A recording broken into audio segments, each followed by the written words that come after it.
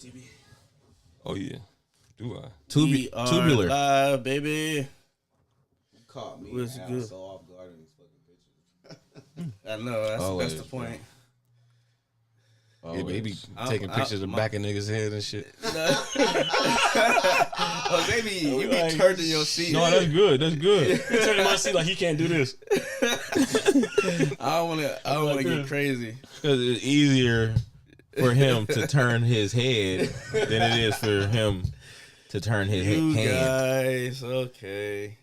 Unless I talk to What's y'all good, like this. everybody was good. Let's talk to y'all like this. Welcome back to Real Talk, Real Squad, Real Talk Podcast. You got J. Delgado in the house. In the building with a film, you feel me? Checking the prize. Tony picks Stark right quick. Stacks, What's cracking, y'all? Callie Banks, Al Banga, Yo. Bryce Wayne. What's good with y'all? Just making sure my Back lineup for is another steady. one. You feel me? You should be good. Sure. Okay. Feel me? I said everybody, Took that Kawhi special. I know some of y'all know what I'm talking about, man. We just update for the Kawhi. We just need him for 10 more points, y'all. If you took it, It's code. fuck that. It's prize pick code. Hey, it's a redemption tour tonight. Oh, you said I could use You that. seen Harden got traded Yeah, again yeah. to Cleveland? Cleveland, man. Harden to Cleveland. What else? Got jokes. Jaren Jackson Jr. went to Utah. I didn't know that. Anthony Davis went to The Wizards. Oh, yeah, the Wizards. I did see that for like eight other. How would you feel to be one of the eight? It's a whole basketball team that just got traded for this nigga. I'm not gonna lie. Like when you see the whole transaction, like because it popped up on my phone, I clicked on it, and when you see everybody that's involved, you be sitting there like, God damn, bro. Chris Middleton, Right, Bagley, all these draft different picks. niggas. Like, What if they got we traded with a different podcast? And they this nigga Bryce. Y'all gonna trade me? That's crazy. Hey, we might be able to get the most draft picks. The podcast trade off. I mean, You might be the most valuable. That'll be a clean ass segment. That'd be hilarious, bro. we trade this nigga for 8 different niggas, though. That's wild. For a whole crew, camera Cameron crew. in here, Joe Rogan in here. Come on. Got Wallow. yeah, Wallow for sure. And Joe Budden, what? Hey, I'm not gonna That'd lie. be a crazy. I don't think I'd be able to pod. get along with Joe Budden. That's like that Herschel Walker trade. Y'all You feel me? niggas would be yelling at each other by the end. Hey, He got sit on this side. So what you telling me, Stacks? So what you? Oh, this nigga. hey, it might Stacks very be like, all well. right, we're gonna take this outside. It might be that Herschel Walker. Like, you feel me? We might be able to get a lot of pieces for this nigga Bryce, bro. Extra multiple cameras, bro. Soundboard. That would be hella funny. If we could put together the most craziest podcast, Have a that nigga would be just- crazy, nigga.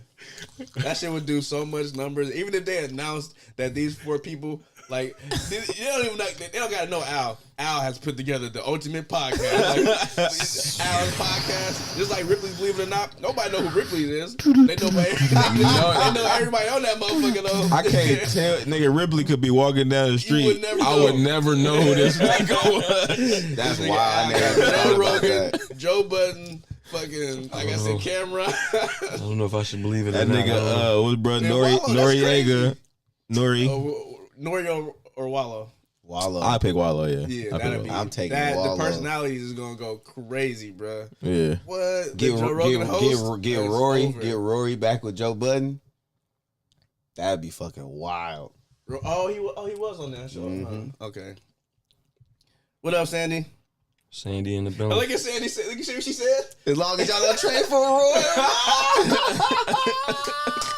I'm sorry, Sandy. I couldn't help it. That is so funny. Yeah, nah, for sure. I'm with Sandy on that one. That's crazy. He just said that. All right, real quick. Tonight we got episode 3 of Night of the Seven Kingdoms, Fallout Season 2 review, and we got the Wonderman Season 1 review. We'll be brief with it. I also went to go see the Sin Help movie, the new Sam Raimi joint.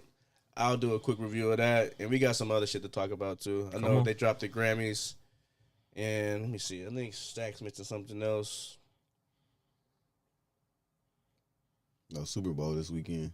Oh yeah, the Super Bowl is this week. We'll probably chop it up with the other thing. Excuse me. Question about that. I sent it, so I mean, y'all had some time to think about it. For sure. Oh, damn, we can't get into this right now because it's gonna take so. It's gonna be so. Maybe not. Let's be brief. Did you see what Lil Wayne tweeted recently? Nah. I think I did. I He was did. talking about he got to come back harder or something. He What? said, Hold on, what? He basically was saying that congrats to the Grammy winners. He wasn't selected again. He was looked over again. Of course. Cause that album, nigga. What the fuck? So the person, it was the clip I saw was somebody was like, "Let's see what Lil Wayne got to say today," and he get on the computer and they showed the tweet, and it says, like I said, shout out to the Grammy winners. I wasn't selected, surprisingly, again or whatever, but it is what it is. I just gotta go harder next time, bruh. Right? And the nigga. It goes back to the dude who got on the computer. He picked up his headphones and put it on, and it made the elephant noise. Then he picked up the laptop and the headphones and threw it out the window. I'm like, this nigga Wayne is crazy, bruh. You thought Delusional. that album deserved a Grammy? Bruh, Hell no. nobody even considered. It wasn't even a thought in my mind shouldn't- for his name to be even mentioned. Not one time was I like, No bruh, way. Wayne not in best album or the. How Wayne? Like, not one time. You can't be that out of tune. Yes. With like No pun society. Bruh. No pun intended. You can't be that out of tune to not know the pushback that it got, and then for you to even say that, it's kind of setting yourself up for failure, bro. That's hilarious. Bruh, album of the year. Like, what did he think he was gonna win? Like he had to have caught wind that people What was up, talking Dark shit Ops? about it. You know what We I'm gonna saying? get into it. That boy, I'm trying to. Yeah, we gonna get into it. You said what's the Jose? Fuck this for him to even have the nerve. mitigated gall. No, but the fact you said, like you said, not being tuned in is crazy, bro. That's crazy. Yeah, like if I knew that people was talking, I wouldn't even get on there and be like, damn. Yeah, I guess I didn't get selected again, huh? Like, Nigga, please. That shit was crazy. Sandy said, "Are we gonna do a special pod for J. Cole's Fallout?" I mean, what is it? The fall off? The fall off. I mean, my fault. Probably not. He Yeah, is nah. trending again though. 'cause Absolutely he dropped not. the mixtape. what is it? Come out. We're not doing a special pod. We're gonna Mixtape talk or about it. the Though. album? I guess Friday. I don't know. Oh, it's coming out this I Friday. know you're officially? probably being I guess so. sarcastic. But you hear this? I don't know, You heard actually. the mixtape? No, when the I mixtape think come he out, dropped like 4 songs or something like that. But all was the, cool. the Bad Boys beats. is it on? It can't be on Apple Music, can it? Who? It's a mixtape. I You think talking so. about- I don't think so. Well, you know they dropping music J. on Cole? streams now. I mean, Yeah. dropping mixtape on streams now. That's why. Yeah, apparently it's really good. I didn't get a chance to hear it.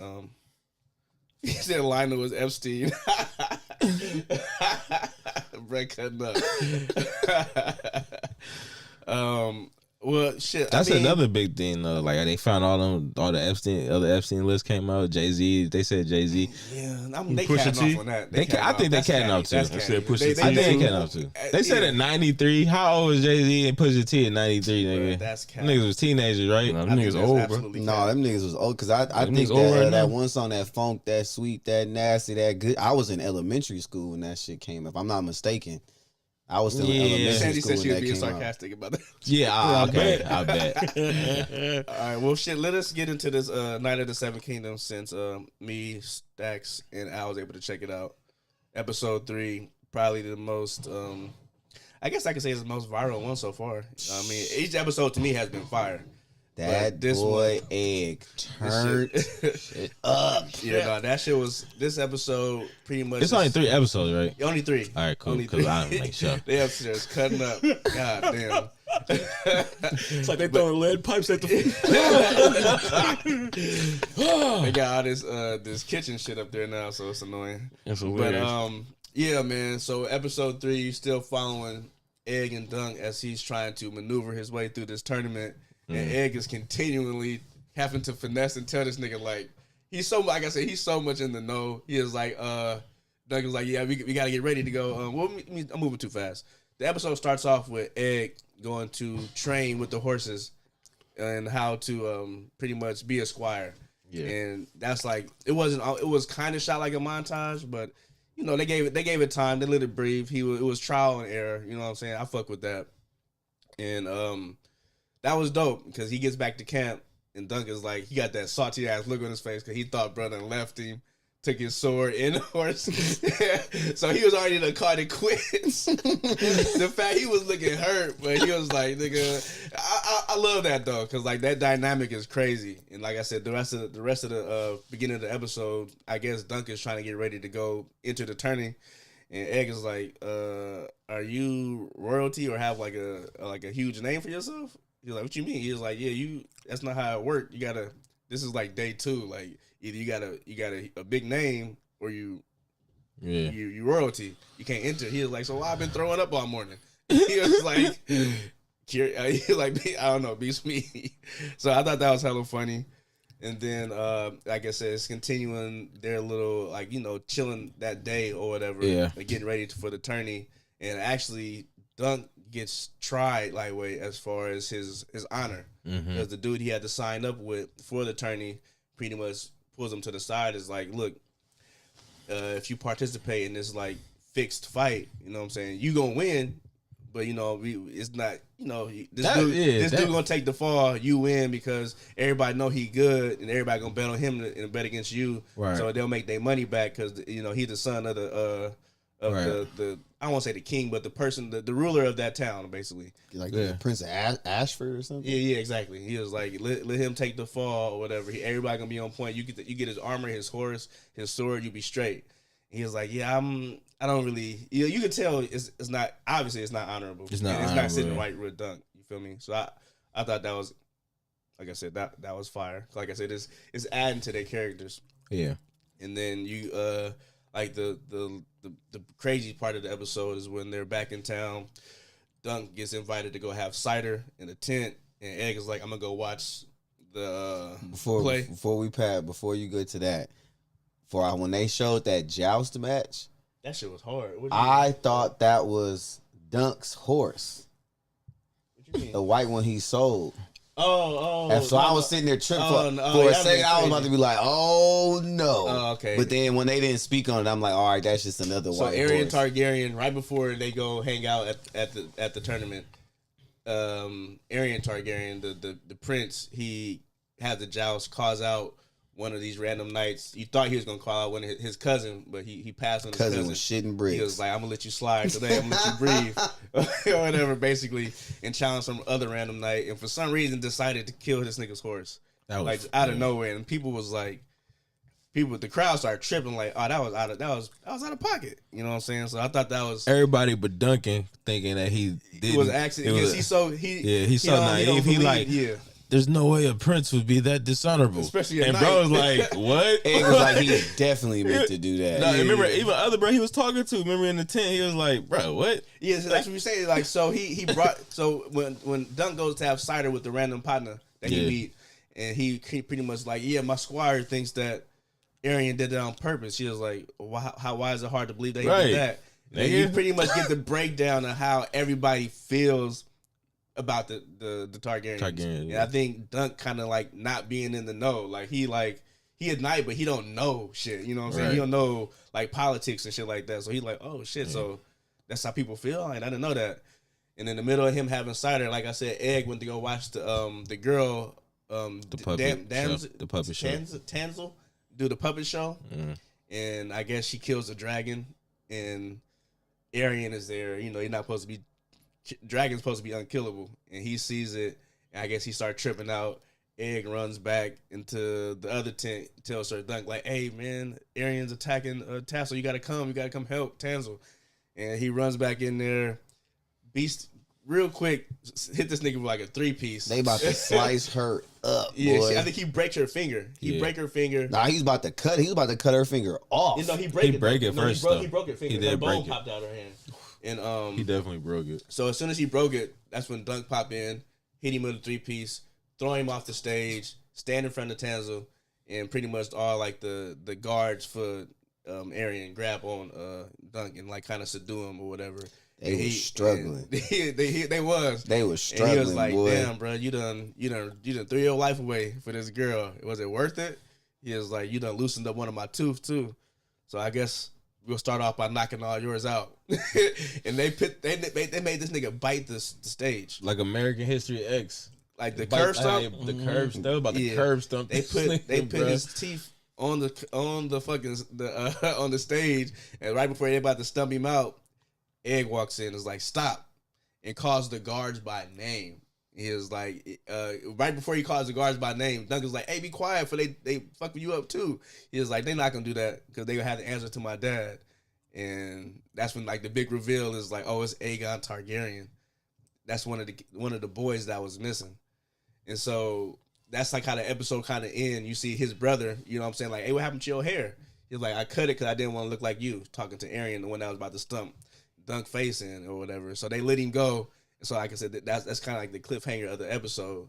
But I'm just now peeping. I don't know if you already peeped it, but when Dunk pulled up to the in the first episode, when he put up to the little tavern where Egg was at, remember he went inside that bar?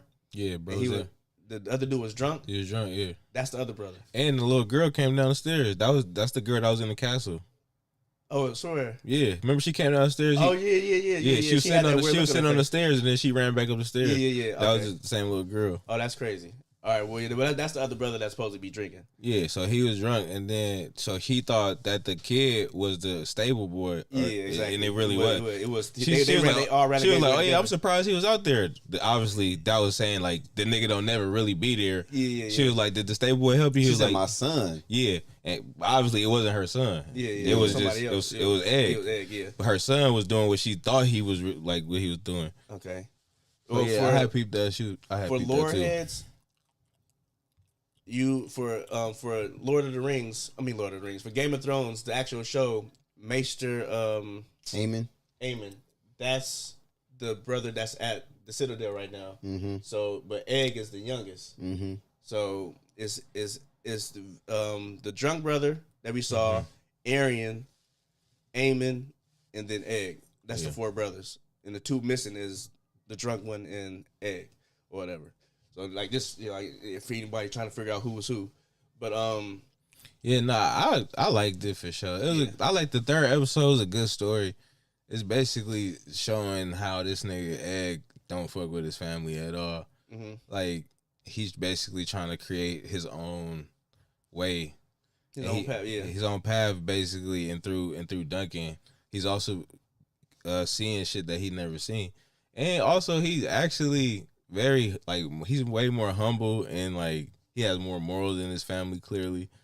He said something about my dad told me never to talk to horses because y'all was dumb as dogs. Right. But I don't. But you see his uncle though, or the one with the black hair. That's the uncle. That's Baylor. Yeah. Baylor is the. He's more like honorable and shit. Like you feel me? So it's almost like you would think that would be his dad versus the other dude that's hella mad all the time. But then that goes back to dude Duncan was having cider with. He was like, "Man, what do you think? What do you think when it comes with a family that's nothing but incest?" He said that he was like, "Why you think they so mad?" Angry, yeah. Mm-hmm. Yeah, that I don't know. Like, I think this show is way better than I thought it was gonna be. The only nitpick I got is the time, bro. It's so short, and I'm like, why they just didn't do it's 30 minutes, 3 episodes, drop 3, then drop another 3. Like that is good. If you watch it and you ain't watched it, you just watch them back to back. It's gonna be more satisfying. And you know, that's how I watched it. Yeah, that's crazy. Oh my fuck, go ahead. You know, this week's episode coming out early. Yeah, because you were saying because of the Super Bowl. So is it gonna be on Saturday or Friday? They haven't fully said it yet, but it's not gonna be Sunday because they know everybody's gonna be focused on watching the Super Bowl. They know what time it is. Friday, bro. Yeah. They do it Friday. I know what time it is. But yeah, I like the They want to step on toes. I definitely like the duality between Egg and Duncan, like because this nigga supposed to be the old and wise one, but they switched it. They made the kid young and wise, and this nigga just old, but he's naive, but he's still honorable. He's still honorable. He's like the protector too, so it's like a duality. You know what I'm saying? Like it's hella clean because they complement each other. Yeah, you can tell Egg wishes he's gonna be like as tall as or like you know what I'm saying as tall as because Duncan is like the tallest person fucking walking around at that point. Like ain't nobody. You know what I'm saying? Ain't nobody taller than him, and he that fool like definitely like a bodybuilder compared to them. So and you can see Egg and on the opposite side, he's hella frail and small. But he's a smart. Like you said, they've got pros and cons. Like Duncan wish he was as smart as Egg, and Egg wishes he was. But his honor, you know what I'm saying. But his honor is the reason why he's getting involved with all the right people. Like he seemed dumb, but he's saying like all the right shit around the right niggas, and they all just kind of flocking towards him. He keeping it real. He just keeping it real. He don't know how to fake it. He don't know how to fake it. All he knows is like to tell the truth. All the honorable niggas is just like slowly surrounding this nigga, and he's just finding himself in like good places and shit. Like he getting mad good luck. Yeah, like I said, the luck is crazy. But he keeping it so real that it's just like he ain't flaw. Yeah. So like, because the way Baylor fucked with him was crazy. I'm like, well, this nigga clearly is like he don't know what he doing. Like the way he was just spying in here, right? We can kill you. But for just because he remembered the name of the, you feel me, whatever the shit he killed, whatever he was like, you feel me? Oh, and that also shows me that you said like Baylor, he's also honorable because none of them niggas remembered this nigga. Yeah, nobody. Yeah. None of them niggas remember this nigga. He the only nigga, the most high ranked nigga. Period. Yeah. He the most. You feel me? But I'm saying like. What I'm saying is like the other nigga didn't give a fuck. Like he was like, bro, all right, cool. Like you found out, all right, get the fuck out. But Baylor with the extra step was like, was you related to bro? Oh, you're not related? Make sure you get your own sigil. You know what I'm saying? It's just honorable shit. Yeah. And even how you found out how you fucked with Egg, like you feel me? He wasn't like how most niggas would treat a boy. You feel me? He tried to give him the little coin afterwards. Yeah. You feel me? Like he just an honorable nigga. Like even in this episode when he was mad. He took the horse. He came back. He was like, "Nah, you go brush the horse or whatever." He was like, "Damn, I was kind of hungry though." Yeah, he was like, because he flashed on him. He flashed on him, and then he was like, "All right." Then he showed him how to knit. He was like, "You don't gotta do that." He was like, "All right, it's bro, okay. my bad." Bro, that shit was hella. You see how Egg looked at him when he asked Tinsel, "You like goose eggs?" Egg was sitting there like, "Here this nigga go again." Got no game. Egg putting him on though, like he putting him on like to the finer things. You feel me? Just kind of like hot. He was like, "We got anything to eat?" The nigga was like, "We got salted beef." He was like, "I ain't eating that shit." Yeah, I rather eat the horse. Yeah, he was like, he was like, "You gonna eat my fist?" Yeah. And then but then he feel me, he went and made this nigga a whole egg bacon sandwich. This nigga like, what the fuck? Like he like, what the fuck is this? He never had that. He never had that. So he like, he had an egg McMuffin. He hit that nigga off with the McDonald's. Nigga like, hold on, nigga. Egg was like. Oh my god, damn! Don't get that nigga no hash browns. It was crazy. So it's just a clean ass like duality of like these two characters coming together and really fucking with each other. Yeah, and then like he said in the episode 3, they all come together. Like we all kind of just knew that this nigga was clearly somebody. Yeah. You feel me? Niggas ain't walking around with. I was like, this nigga gotta be magic or something. Because first of all, you a little boy maneuvering out here. It's a little nigga. Just you feel me? He's just popping up. Right. You feel me? The Game of Thrones world is diabolical. Right. But to be a kid is even worse. A female or a kid outside to the neck. Dangerous as fuck. Right, hella dangerous. Unless you Arya or somebody. Yeah, but even still, in the beginning with her, it was still hot. Yeah, she was still getting rolled on. Like, she had to learn hella shit in order to be safe. Yeah, so she had to be a boy. You feel me? That's crazy. Right. But then they come all together well, it's only the 3rd episode. It's crazy. But that's what I'm saying. Like, maybe I'm tripping then. I mean, I said I don't like it being 30 minutes, but it is flowing. It's a lot of information and because it's great. Yeah, it's a lot of information. Storytelling, bro. They killing it right now. It's a lot of information. They killing it. It is. What was something else that happened where this nigga was tripping? Bro, it was hella shit. Yeah, it was hella shit, something bro. With Egg though. Oh, he was telling a story like, oh yeah, we gonna, we gonna get famous or whatever. And I'm gonna have the second prettiest girl in the world. He was like the second. He was like, well, you gonna have the first. Yeah, I'm like, Egg putting him on. Egg going, and Egg understanding of the world is way more. He can comprehend. He comprehend the world way better. Yeah. Like even when they was walking, and then a fucking lady, she was like, "Can I read your fortune real quick?" And this nigga was like, "Yeah, like you feel me? He don't give a fuck." He like. She said some shit like some honorable shit about that. Like, you gonna be richer than Atlantis. Yeah, he was like, all right, well, yeah, he don't give a fuck. But then she looked at this nigga Egg, and she was like, you gonna be a king, but everybody when you die, everybody gonna be laughing or some shit like that. You gonna burn. Yeah, you gonna burn, and everybody gonna rejoice when you die. Yeah, he shit like, why the fuck would you say that? He basically said, hey, he like, bro, stop tripping. It's just, you know what I mean? He like, cause he don't understand the world, so he like, bro, it's fake, bro. Like, but this nigga like, hold on, bro, what the fuck? There's another clean part when they doing the jousting when Arian, Yeah. you feel me, when he about to go against the little knight, whatever, and Aegon is like, or like kill him. Yeah. He like, Yeah. he He like, like, what the fuck, Kill him. Yeah. Like nigga, but you can see like he really don't fuck with. He don't fuck with his brother, He know yeah. that brother is like diabolical. You know Yeah. what I'm saying? He like the one that hurt people. Basically. That brother's helmet was Clean. I thought it was goofy as hell. I like that. The shit. dragon one? The dragon one is fire. The scales off the back was cool, but that whole face, I'm like, looks he terrifying. look like an orc. Yeah, for sure. It looks definitely scary. like- It looks scary. But the other the other cousin is more subtle. Yeah. It's not like hella over ridiculous, but it is all black. Even they tents got the dragon heads coming out of it. It's like, you know, they got that money, man. So, I mean, if we're gonna rate it, I mean, This episode, yeah, it's clearly a 10. I was about to say it ain't but, even, like, bro. This one I was could crazy, be an asshole bro. and be like a 9.5 because of the length of the. Like, I want it to be like at least an hour, bro. At least an hour. This is crazy work to me. You want 10? He said because of the length of the what? Finish your thought. But I'll give it. You see, I text the chat as soon as I finished it. I was like, "Oh shit!" I knew it was about to be trouble. I'm like, yeah, this episode is fire as fuck. You know what I'm saying? I watched it as soon as it dropped too. I was right there. I was locked in, bro.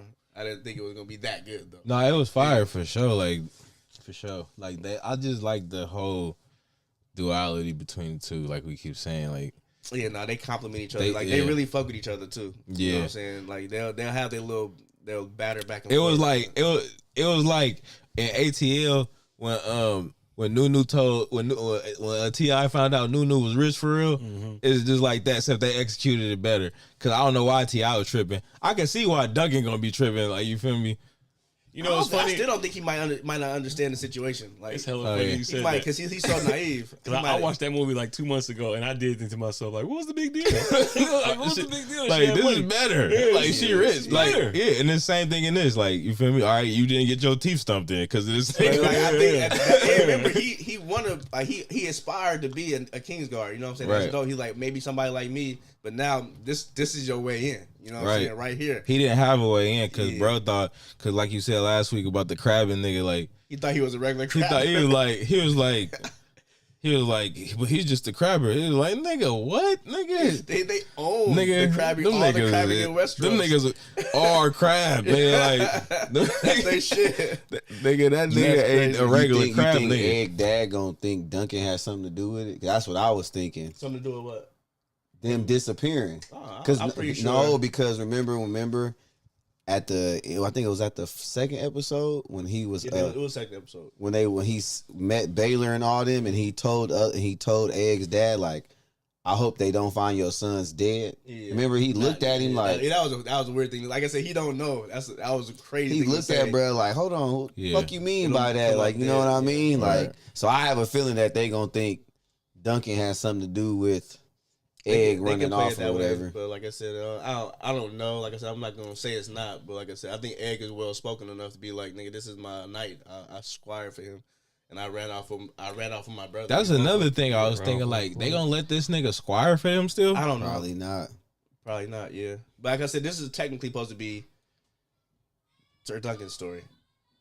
Yeah. Yeah. So like I said, it's a limited series, so it's not like it's gonna be like another They season. know, yeah, I was thinking, I'm like, so I'm thinking in my head, like, yeah, so what they gonna do about the jousting tournament? Like, Yeah, I think he's still gonna be a knight or whatever. He's still, but he's he ain't still gonna have a good. squire. So who gonna hand him his jousting sticks and all that? It might be that dude that he was talking to in the Oh, tent. the tent. Oh, bro, Because yeah. he hella fuck with him. You know what I'm saying? that makes Yeah, sense. Yeah. But I've been seeing hella clips on TikTok. People been showing stuff from Game of Thrones. Like, oh, you want me to tell you about Sir Duncan the Tall again? You know you love them stories, and they've been just talking Yeah, it's about like- hella different watched, shit. I watched Game of I immediately referenced like Varys' story, and then Joffrey when he was making fun of Jamie. He was going through the Book of Knights. He was like Sir Duncan the Tall, 4 pages. He was like Jamie Lannister, 1 page. He said Jamie was like, "There's still time." He was like, "You're old." He was gassing this nigga, bro. With a one-handed knight, I don't think so. I'm like, that nigga Joffrey was a dick. That was one of the most satisfying deaths. Bro. can't do it. We can't do it because people still ain't seen it, bro. What? Seen Game of Thrones? Bro, it's still a thing. You It's still serious? a thing. It's still a thing. So we got chill. All I right, let's just move on. started that shit too. Let's move on. Let's move on. Him or Littlefinger? What was his name? What? Who? Oh yeah. Was his name Littlefinger? Yeah, Littlefinger. Yeah. Game of Thrones. Lord Baelish. Them two. Thrones and swords and Bruh, that video you sent me on TikTok, can you imagine if Jose walked up on, bruh? That'd be tight. Jose would have fucked with it. He would have fucked with it. We'll show you later. Hell, bro, I'm trying to tell you, as soon as he sent me the video, you the first person I thought about, because I was like, this would be straight comedic Me and gold, Dede talked bruh. about those dudes Okay. like a few podcasts ago. Hilarious, bruh. I wasn't Wait, on a podcast. So it's these people that walk around. They act like they're. It's like you never play 2K or what's the other Have game? Jose Yeah, ever yeah. played No, it's 2K? 2K. What's the What other game? are you? Like MLB San 2K? Andreas. When you gotta walk up to a random person and talk to them, Yeah. that just because they connected to the mission. Mm-hmm. So it's people that's playing these people in real life. So you'll be walking down the street and somebody's dressed crazy, and they'll just randomly talk to you like, "You trying to go on this quest?" And be like, but they're Got a acting like whole they're ass sword and everything. Yeah. I was like, you got a sword. We'll show you. A sword. All right, real quick. You been standing here all day waiting on me? Or? Me and Stacks knock out Fallout season 2. Top notch. Top notch. You Sword. just finished the last episode. When? Jose, did you just get that ESPN notification? Oh shit! Oh, fuck. What happened? We'll talk about it. Wait, let's get this Fallout out of the way. real what quick. Oh, I happened? mean, this is actually live. Like that's just What? crazy. What? So it says Golden State Warriors are trading Kuminga and Buddy Hield to the Atlanta Hawks for Kristaps Porzingis. That's kind of a big deal. Yeah, that's relevant currently. That's crazy. Damn, that means no Giannis though. Yeah. Porzingis though? Shit. Porzingis is a boy. But he be Hell hurt. Yeah. Man. All right. Damn, I want a Giannis. All right. Real Giannis quick. might go to the Heat or Minnesota. Or Let's something. knock out Fallout season 2. I don't think too many people are watching Fallout, even though it's like a great show. Your boy's in it, Macaulay Culkin. Oh wow. Hella funny, bro. he's I'm so based- happy to see him back, like acting and Is like, he looking okay, healthy? yeah. Nah, he played a good role. No, because I seen you see He's still married to Brenda Song, right? Yeah. you see them random pictures of him, man. No, that's No, old, bro. Yeah, no, he looks like he's like been doing Yeah. good. Like he was looking like the grandpa from Hey Arnold. He been doing hella Out of shape version. hella like award shows and stuff like that. So they working him back into like the industry or whatever. But this is his first, like, I guess, kind of big step out. Like I said, he played like a main character in the season. I think Fallout is like one of those shows that could be up there in the conversation because of the quality of it. Yes. Because goddamn, like the CGI and the money special is well effects is spent. crazy. Yeah, it's really good. I forget the main girl's name. Lucy. Yeah, so you follow her and the ghoul. This is like on season 2, and he's still trying to find his family. She's trying to find her father. No, I mean she found him, but he just keep running away. So it's like, what's that? It's like the Sonic the Hedgehog. After he beat Dr. Robotnik, a little piece of the machine come out. He got like another little ship inside. He fly away like this motherfucker.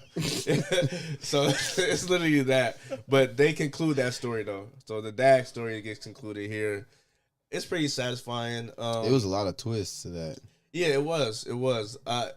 I thought I was gonna have to rewatch season 1 again to kind of get the idea where it left off at, but I was able to kind of figure it back out. And you're dealing with like a nuclear war on the Earth or whatever, and the fallout, hence the name of it, and the people that live in the bunkers versus the people that survived on the surface.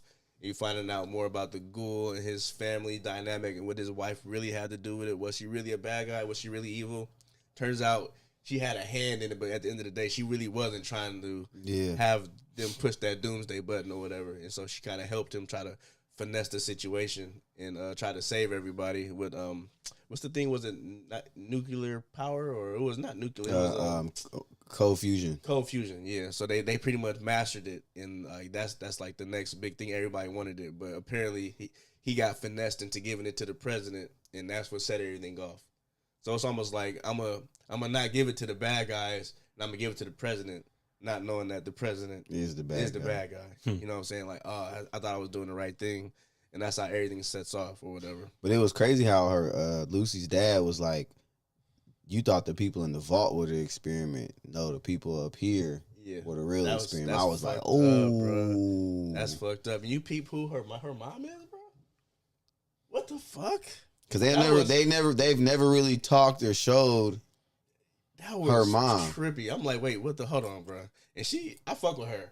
She go crazy. With she the iPad. crazy, bro. She go crazy though. She turned. I'm like, I fuck with that character. Dude, she forced to. Chet Was like, I'm tired of this bitch. He forced to get married, forced to watch after a baby that wasn't his, doing hella shit. But she was hella like.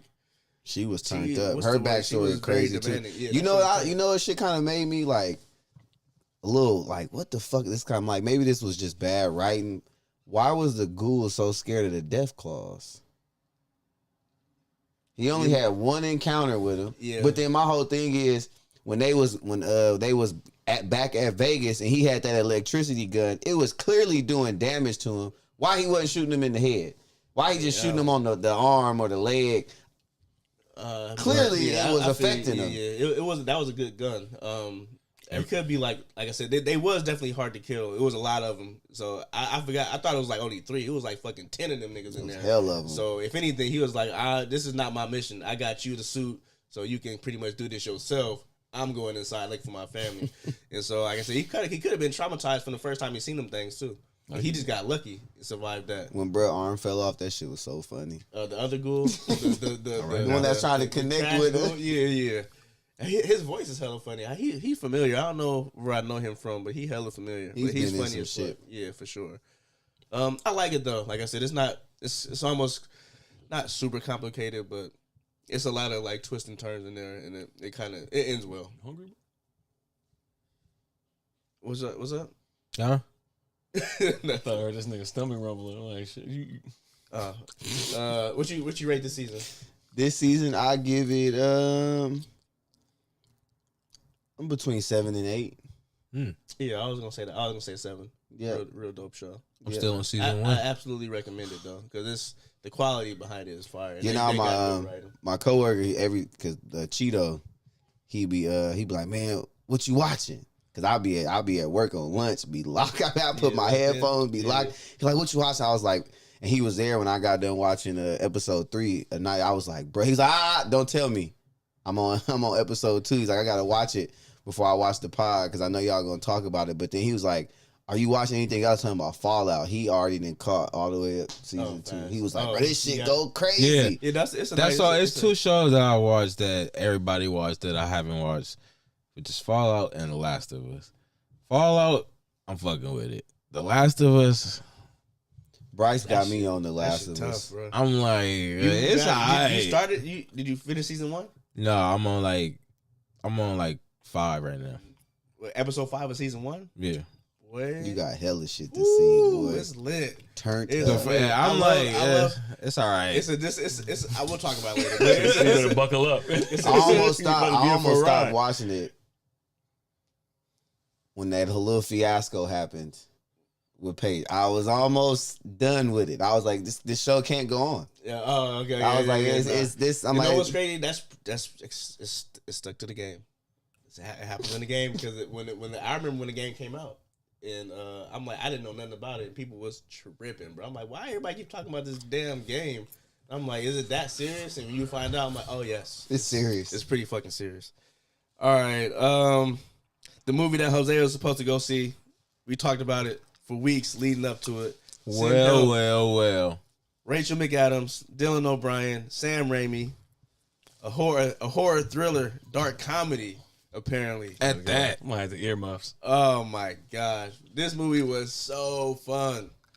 But it was not what I was expecting. You seen it, Stacks? What? Send help? No, I didn't get a chance to go see it. Real quick, Rachel McAdams plays the office lady who's like hella. Apparently, you ever work with somebody who hella annoying?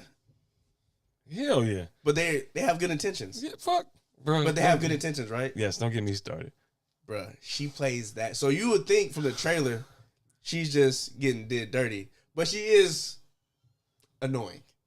But so, oh my god, the basic premise is she works at the office. The CEO is passing away, so he got to pass the company down to his son, Dylan O'Brien. But she's already not considered, but she already was told you're VP. Like, you know what I'm saying? But he died before like the transfer goes over. Mm-hmm. And so she dumbass juice. Like I said, she buttoned into everybody's conversations in the office, and she's eating tuna sandwiches at her desk, and it's like hella stinky and shit. It's just she does a bunch of annoying shit, but it's like I said, she got good intentions. She a good ass worker. Yeah. And so Dylan O'Brien come in, he all flying up, the new CEO, you feel me? And he meeting everybody, shaking hands, and she would just walk up to him, you know what I'm saying? Like, oh, you know what I'm saying? I'm such and such, I met you at the party. And she got the fucking tuna all in her face. He's like you can see they do a zoom in like this fucking close. That's from the trailer. I'm like, that's hella funny, bro. So I'm like, oh, this is the type of character she. I thought she was like people just walking over and she's like, cool. All right. And yeah, nah, but she been there for hella long too. Hella shit. long. She looked dusty. Everything is grimy. I feel like you describing one of my current coworkers right now. So that's why I'm over here asking you. It's hella funny. Connecting dots. It's so funny. That's exactly how you gotta look at it. Because I was thrown. I'm like, oh wait, she not that like. She is annoying, bro. She's not likable. No, not at all. But you see, like, but okay, you would almost feel like a dick if you like pop off in a way. Yeah, because so you pretty much everybody well. ignore her. So I think one dude walk up to a lady like, "Oh, you trying to come to karaoke on Friday? We about to go to karaoke." And she like, "Oh yeah, that sounds good." She over here. She's like, "Oh, karaoke? That sounds fun. You know my favorite song? We should go to." Well, no, my go-to is this. And I'm like, they like, fuck. Like, so you can tell everybody really don't fuck with her like that. She cool, but ain't nobody in the bullpen. Except that one sleazebag nigga that's trying to fuck everything. He the only nigga that fuck with her. You don't even. No. So no, I didn't see it. There is that character in there. But I'm just saying, in real life, you know, it's always that one nigga. So that character is in there, but he's not trying to hit. He's just trying to take advantage of her work. So she, like I said, she's next in line to be the VP. So she do good work. And he was like, "Oh, you got that paperwork for the meeting?" She's like, "Yeah, I got it right here." He's like, "Oh, I'll take it. You don't got to come to the meeting." She was like, "Wait, I'm supposed to be sitting in." He was like, "No, it's a good over trip. I got it. I'll let everybody know that you worked extremely hard on this." She was like, "See, your name is right here on the Post-it note, right here, Linda Little." So he get in the office. She look around the corner. He go like this. Wait, what's her name? Linda Little. It's so funny. It's so funny because the movie starts off. Oh my god! It's so, like I said, I wasn't expecting to be like this. I'm like, oh man. So I ask you a question. So if a movie wants to, if they want to describe a character to you in the cheapest way, like if they want to give you a characteristic of a character without showing you anything, what's one way they can do it in the opening of a movie? Like, say if this character is into like an action or like how they look, like an action. Like, say this character loves basketball, you know what I'm saying? But you don't see the character yet. How would they show you that this character loves sports or basketball? Either wearing sportswear, dribbling a ball, maybe. But like, you don't see them. You gotta see something. Like, you don't see them. Maybe you go into their house, trophies or something. So the camera's panning on her bookshelves. All survivor guides. How to do this, how to do that, camping in the woods, camping, how to the eating food, finding food in the forest. So it's ridiculous. It's OD though. I'm talking about at least 3 minutes of hella books. I'm like, bruh. I'm looking around. I'm like, okay, maybe this is clearly on purpose. There's no way. I'm like, okay, what the fuck is happening? So that's like literally the beginning of the movie. Then you get to the office, you see all the weird shit, and so he pretty much tells her the dude that took her paper or whatever, he got the VP. She was like, but I was told by your dad. He was like, yeah, I mean, I'm sorry. Like, you know what I mean? Like, I heard about you, but like, I mean, I just, you know what? We're going on this trip. Prove me wrong. Come to this trip, show up, show out, and maybe I'll consider it or whatever. But we got to catch a flight. So make sure you be there tomorrow morning, blah, blah, blah, to catch this flight or whatever. And she walking out, and that's where you from the trailer. He like, oh yeah, by the way, people say you kind of smell funny. Or whatever, so I might kind of like get a like tuna fish or something like that. Because when she met him in the hallway as he's walking to the office, she shakes his hand, and that piece of tuna that was on her face gets on this nigga's hand. He's like, "What the fuck?" So he even more disgusted. That would piss me off too. Yeah, so he already like hell fucking like, you know what I'm saying. And the dude that he hired is his boy too. All right, okay. So yeah, they partners. The dude that took the notes or whatever and put his name on it instead of hers. So. No spoilers, but like I said, obviously you know the plane crashes, they survive or whatever. And the plane crash also let me know what type of movie it was. Because it's played up like cartoonish. I'm like, it's not like dramatic. I mean, it's dramatic, but there's some shit that happened. It's like, the fuck. I'm gonna go ahead and say it. The CGI is awful, but it's purposeful. If that makes sense. 'Cause I'm like, wait, why would they do that? I'm like, because it takes away from the tension. Because you obviously know they're gonna survive, but it's like, I don't know. It's like, I don't know. You know what I'm saying? It was just weird. I'm like, what is happening right now? I'm like, oh, this is like 4 genres of movie.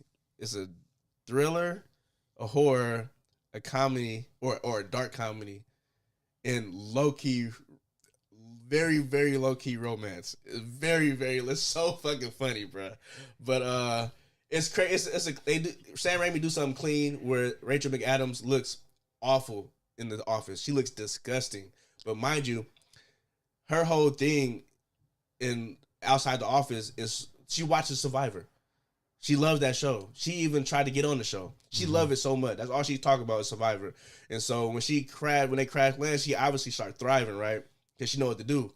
Bruh, she starts to look better on the island versus the office. Like, you can tell, like, I'm like, oh, I see what you did there. Because in the office, they make her look hella ugly. Her hair fucked up. Even, like, they almost put makeup on it to make her look ugly.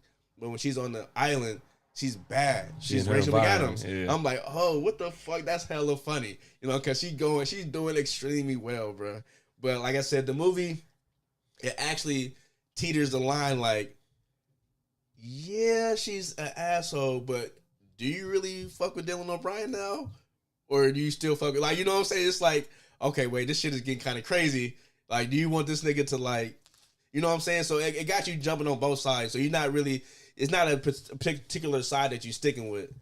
And it has a very, very cliche ending where if you think too hard without seeing it, you will figure it out. It's so fucking funny, bro. And so I'm like, oh, damn. But like I said, it's certain parts where it's like hella fucking creepy. I'm like, what the fuck? And it's certain parts that's dumb as funny. It's in the trailer where she obviously kills the boar and she brings it back to camp. And she dropped that bitch on the ground. Mind you, bruh's all fucked up from the crash, so he can't really move. But when she throw that motherfucker on the ground, the blood from the boar splashes on this nigga. And everybody, I'm dying. It was so fucking funny how he filmed it. It was hella funny. He's like, what the fuck? She was like, I like hunting or whatever. But that part is in the trailer, but it's how they did it in the movie that made it hella funny. I'm cracking the fuck up. I actually went to go see it with this nigga Roland. He was like, I convinced him to go see it. He was like, I'm gonna go with you, bro. I'm like, it's good. And like I said, it was hella enjoyable to watch, but it was hella like jarring because it's like, wait, what type of movie is this? Because he kept asking me like, this supposed to be scary, or is this supposed to be funny, or is this supposed to be a horror? I'm like, bro, I think it's all those things, but it can make or break you. I feel like, but for some reason, everybody has been talking about this movie and it's doing numbers, and it's Sam Raimi's highest grossing movie right now. Damn, you know what? Outdid Spider-Man, bro. I'm kind of glad you said that now, because I think I would have been thrown off. Yeah, it might have thrown me off a little bit. Like I said, I think me telling you that, you'll probably even like it more than I did. Okay. Because I'm going in there just based off the trailer, because the trailer is amazing. Because there's a part in there where she's in the car and she screams hella loud after he tell her that she stink. That's not in the movie. I'm like, why the fuck? That's a really good scene though. Yeah, that's classic. But the part where she kills the boar and she screams, like, that shit is in there. I'm like, ooh, shit. Like, her and Dylan O'Brien kill it, bro. More so her than him. But like, he plays the perfect. He does this like crazy ass laugh throughout the whole thing, where it's like, is he really laughing or he faking laughing? Like, you don't know. But it's clean because like the dynamic between them shifts so much or whatever. It's fire, bro. Like I said, I had a great time with it. Okay. If I had to give it a rating, I'll probably go like a 7, 8, really close to an 8. So I'll go real dope movie.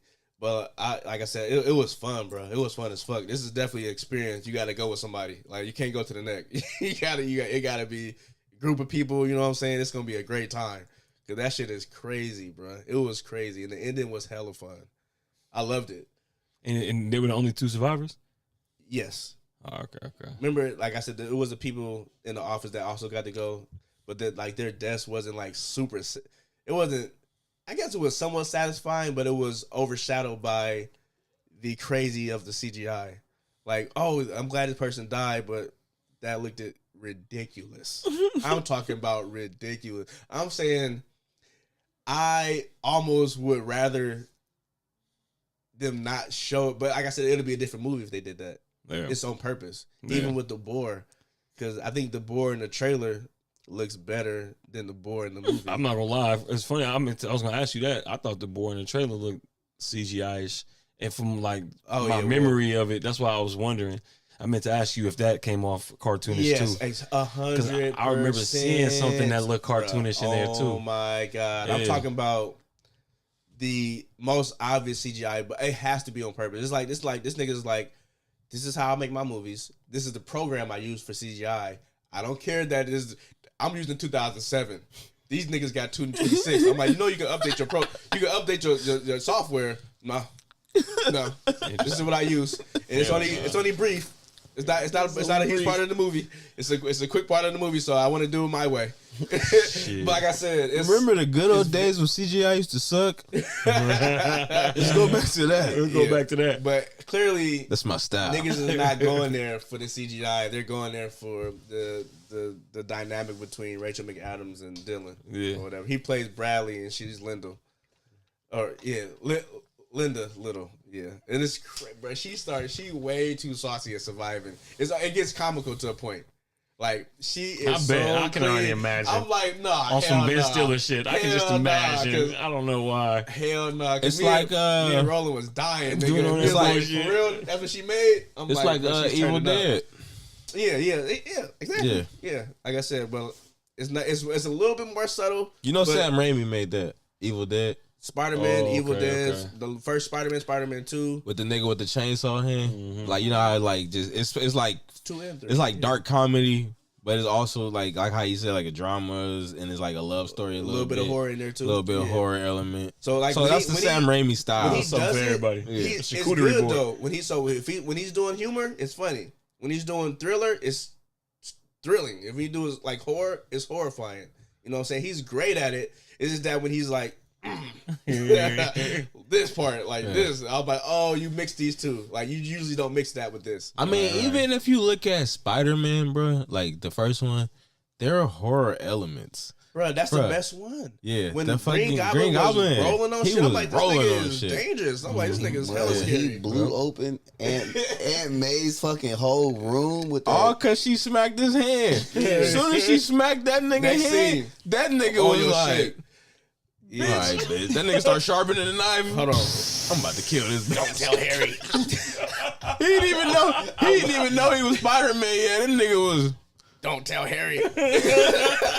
And then he found out he was Peter Parker was Spider-Man. Oh, I'm definitely killing this bitch. Oh, yeah. I'm pulling up for sure. Yeah, I'm not gonna lie. When he found out, he was like, "Oh, Green Goblin." Oh, word. The live action Green Goblin has been the best Spider-Man villain to this day. For sure. He was beating the shit out of this nigga at the end, bro. Yeah, bro. But man, please go see this movie. Please go. I mean, obviously it's doing well, but if you can see this in theaters, bro, go see it. I think it actually helped out that I didn't see it, man, because I swear I probably would have came in complaining if. I'm glad I saw it because what you said as far as what it was, which from different, what it was different from what we thought it was. If I would have went in there, I probably would have been like, the fuck on some Final Destination shit. So I'm hella happy that Roland wasn't really doing. He was like, wait, you know what I'm saying? Because the way I explained it, it sounded like he was still open now. Yeah, no, because like I said, it was hella fun. So I think Roland kind of probably kept my same mindset from the beginning. He was like, oh, this is not that. Right. But me watching, I'm like, okay, I see. I was able to make the adjustments. I'm like, let me change right here. When that plane crashed, I'm like, okay, it's the plane crash and the board attack that's gonna really flip it for you. Like, oh, okay, I know what type of movie this is. I'm gonna watch it for right now because if I think too hard, I'm gonna figure out the ending. So I'm gonna just watch it and I'll have fun with it, which is fun. And then just kind of like it's funny. Like you take into like the small nuances. Like, oh, okay, that's hella crazy. Okay. I can enjoy this now because I'm looking at it through these lenses. Yeah. So I would say this: 2 movies did this recently. It was 28 Years Later, where the trailer was way too good. versus what the movie was. Like the movie, I still enjoyed it, but if I thought it was what the trailer was presenting, it would have been way better. Same thing with this one, where the trailer is presented one way, but it was still a good time. It just wasn't exactly what the trailer seemed to, for me, was presenting. So I could probably go back. I'm pretty sure. No, I watched the trailer like 3 or 4 times. The first one, I'm like, no, absolutely, it's a different tone once you get in there, because you can see the little hints of it. But that part in the movie that's played for laughs, when she dropped the boar head down in the trailer, is not played for laughs. So like, oh fuck, it's crazy how you can have the exact same scene and play it a certain way to like you put this music behind it. It's scary, but if you play it how it was meant to be played without the music and just let the characters do what they're doing and say what they say, hear the sound effects, hilarious. Yeah. I'm talking about, I laughed out loud, bro. I'm like, bro, that was funny as fuck. But yeah, fuck with that, man. Definitely fuck with that. All right, last review we got Wonderman with my man Yahya Abdul-Mateen. Season 1, they dropped the whole thing, bro. All episodes is out. I think it's 8 episodes. It's not hella long. They 30, right? It's 30 minutes. Yeah, about 30 minutes. Disney Plus. It is a Marvel character. It is a Marvel hero or a superhero, but it is nothing like any of the Marvel shows we have seen. This is probably the most different. I think the only one I can compare it to might be WandaVision. How WandaVision started off was each episode was like a different era of television or something like that. That was fire. I can compare it to that as far as it being not your typical story, even as far as origin goes. Like you don't even. I think one of the coolest things in here, you don't even know how the fuck he even got powers. He just got them bitches. Even like they showing him as a kid, not talking about it. They don't show him do nothing as a kid, but clearly he got them when he was a kid, or he was born when we don't fucking know. But they don't make that a big deal. So as far as everybody's concerned, nobody knows how he got the powers. I mean, it's funny, real quick. It's refreshing sometimes. I just watched a movie where it went from a time jump to time jump, and it was like, this is what's going on now. And you thought that they were going to show you how they made it to that point, but it is kind of refreshing to just get straight to the point. We could put in more of this time to the action as opposed to like trying to build up and introduce and do shit like on the pilot, how they do, the whole episode is just trying to introduce you to, okay, you the cousin, stuff shit like that. So that's kind of refreshing. They leave it. I think this show kind of trusts the audience a little more to be like, we're telling this story. Like, we're not going to hold your hand and be like, this is how it happened. Like baby stepping, like, you know what I'm saying? We're telling it good enough for you to follow along. Yeah. You're not going to be missing anything. And so as far as his family dynamic and type of character he is, you going to get that. Bro. Yeah, this show, bro. It inspire you a little bit? It inspired me for sure, but like it really dives into the world of acting, bro. Like it's clean. The acting in this show, cause it just reminded me of that fucking Robert Downey Jr. line, bro. I'm a guy playing a guy dressed up as a dude dressed as another dude. It's that, bro. Yeah. Like it's literally these niggas. Like obviously we know we watching a TV show, but they're acting like somebody else, and the actor is acting like somebody else, bro. Yeah, so it is Thunder for sure. It's just showing like, but it's so good though. Like obviously, Tropic Thunder was supposed to be like parody, right, or satire. Like this is like they're actually doing this. Like you feel me? And it's so good. I forgot the dude who played the Mandarin. Yeah, bro. Trevor. Yeah, so Trevor. Trevor's turned up. He's so good, he's bro. Extremely way too good. The acting, bro. Like, and I fuck with yeah.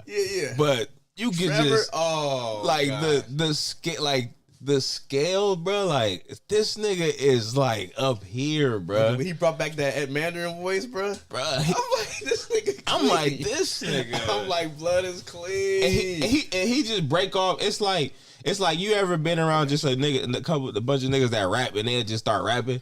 It's just like they just be sitting around here, just break out into a monologue, bro. You know what's crazy? I peeped one of them. So it was a monologue. They was going back and forth. Him and Yahya was doing monologues. Yeah. Trevor did a monologue from one of my favorite biopics. We talked about it on the podcast, Amadeus. It was from Mozart. I'm like, hold on. I press pause. I'm like, bro, I'm about to look this up because I know for a fact. I'm like, that's not. He didn't play the same character. I'm like, wait, did he play that dude in that movie? but he looks like the dude that played in that movie. Yeah. But I immediately picked up from that actual movie, that was the exact dialogue. Because I Googled it hella fast. I'm like, Trevor, Wonderman, Amadeus. And Right. it popped up like, yeah, he does a monologue from Amadeus. I'm like, damn, that is clean. Because, like, you watch movies, you'll pick up on it. You know what I'm saying? Like, that was fire, bro. Like, the way they memorize shit, crazy. Yeah. Facts. Like, acting, bro, like, bro. Yeah, It's such an art. It's such an art. Like, nigga just, you feel an experience, and then they just break out into a monologue, like, how they feeling. But, nigga, these just niggas just acting this.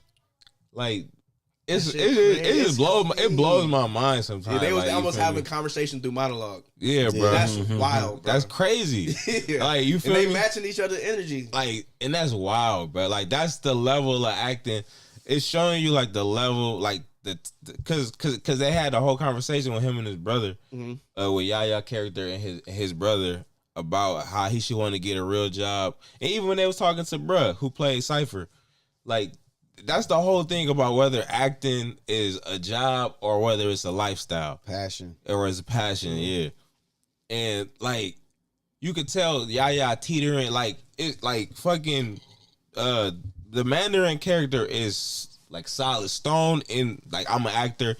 This is a way of life. Yeah. This is what it is. This is who I am. He's hella seasoned. He's in there, right? Yeah. And then you got Yaya in the middle, and then you got the world telling him obviously that he need to get a real job and shit, like, you know, and shit. He got that. He got the fact that he has fucking superpowers. You know what I'm saying? But he wants his passion is being an actor. But besides all of that, he like, nigga, I'm an actor, nigga. Like, I can't help it, because even when they was driving in the car, and then he was like, remember when they had pulled over?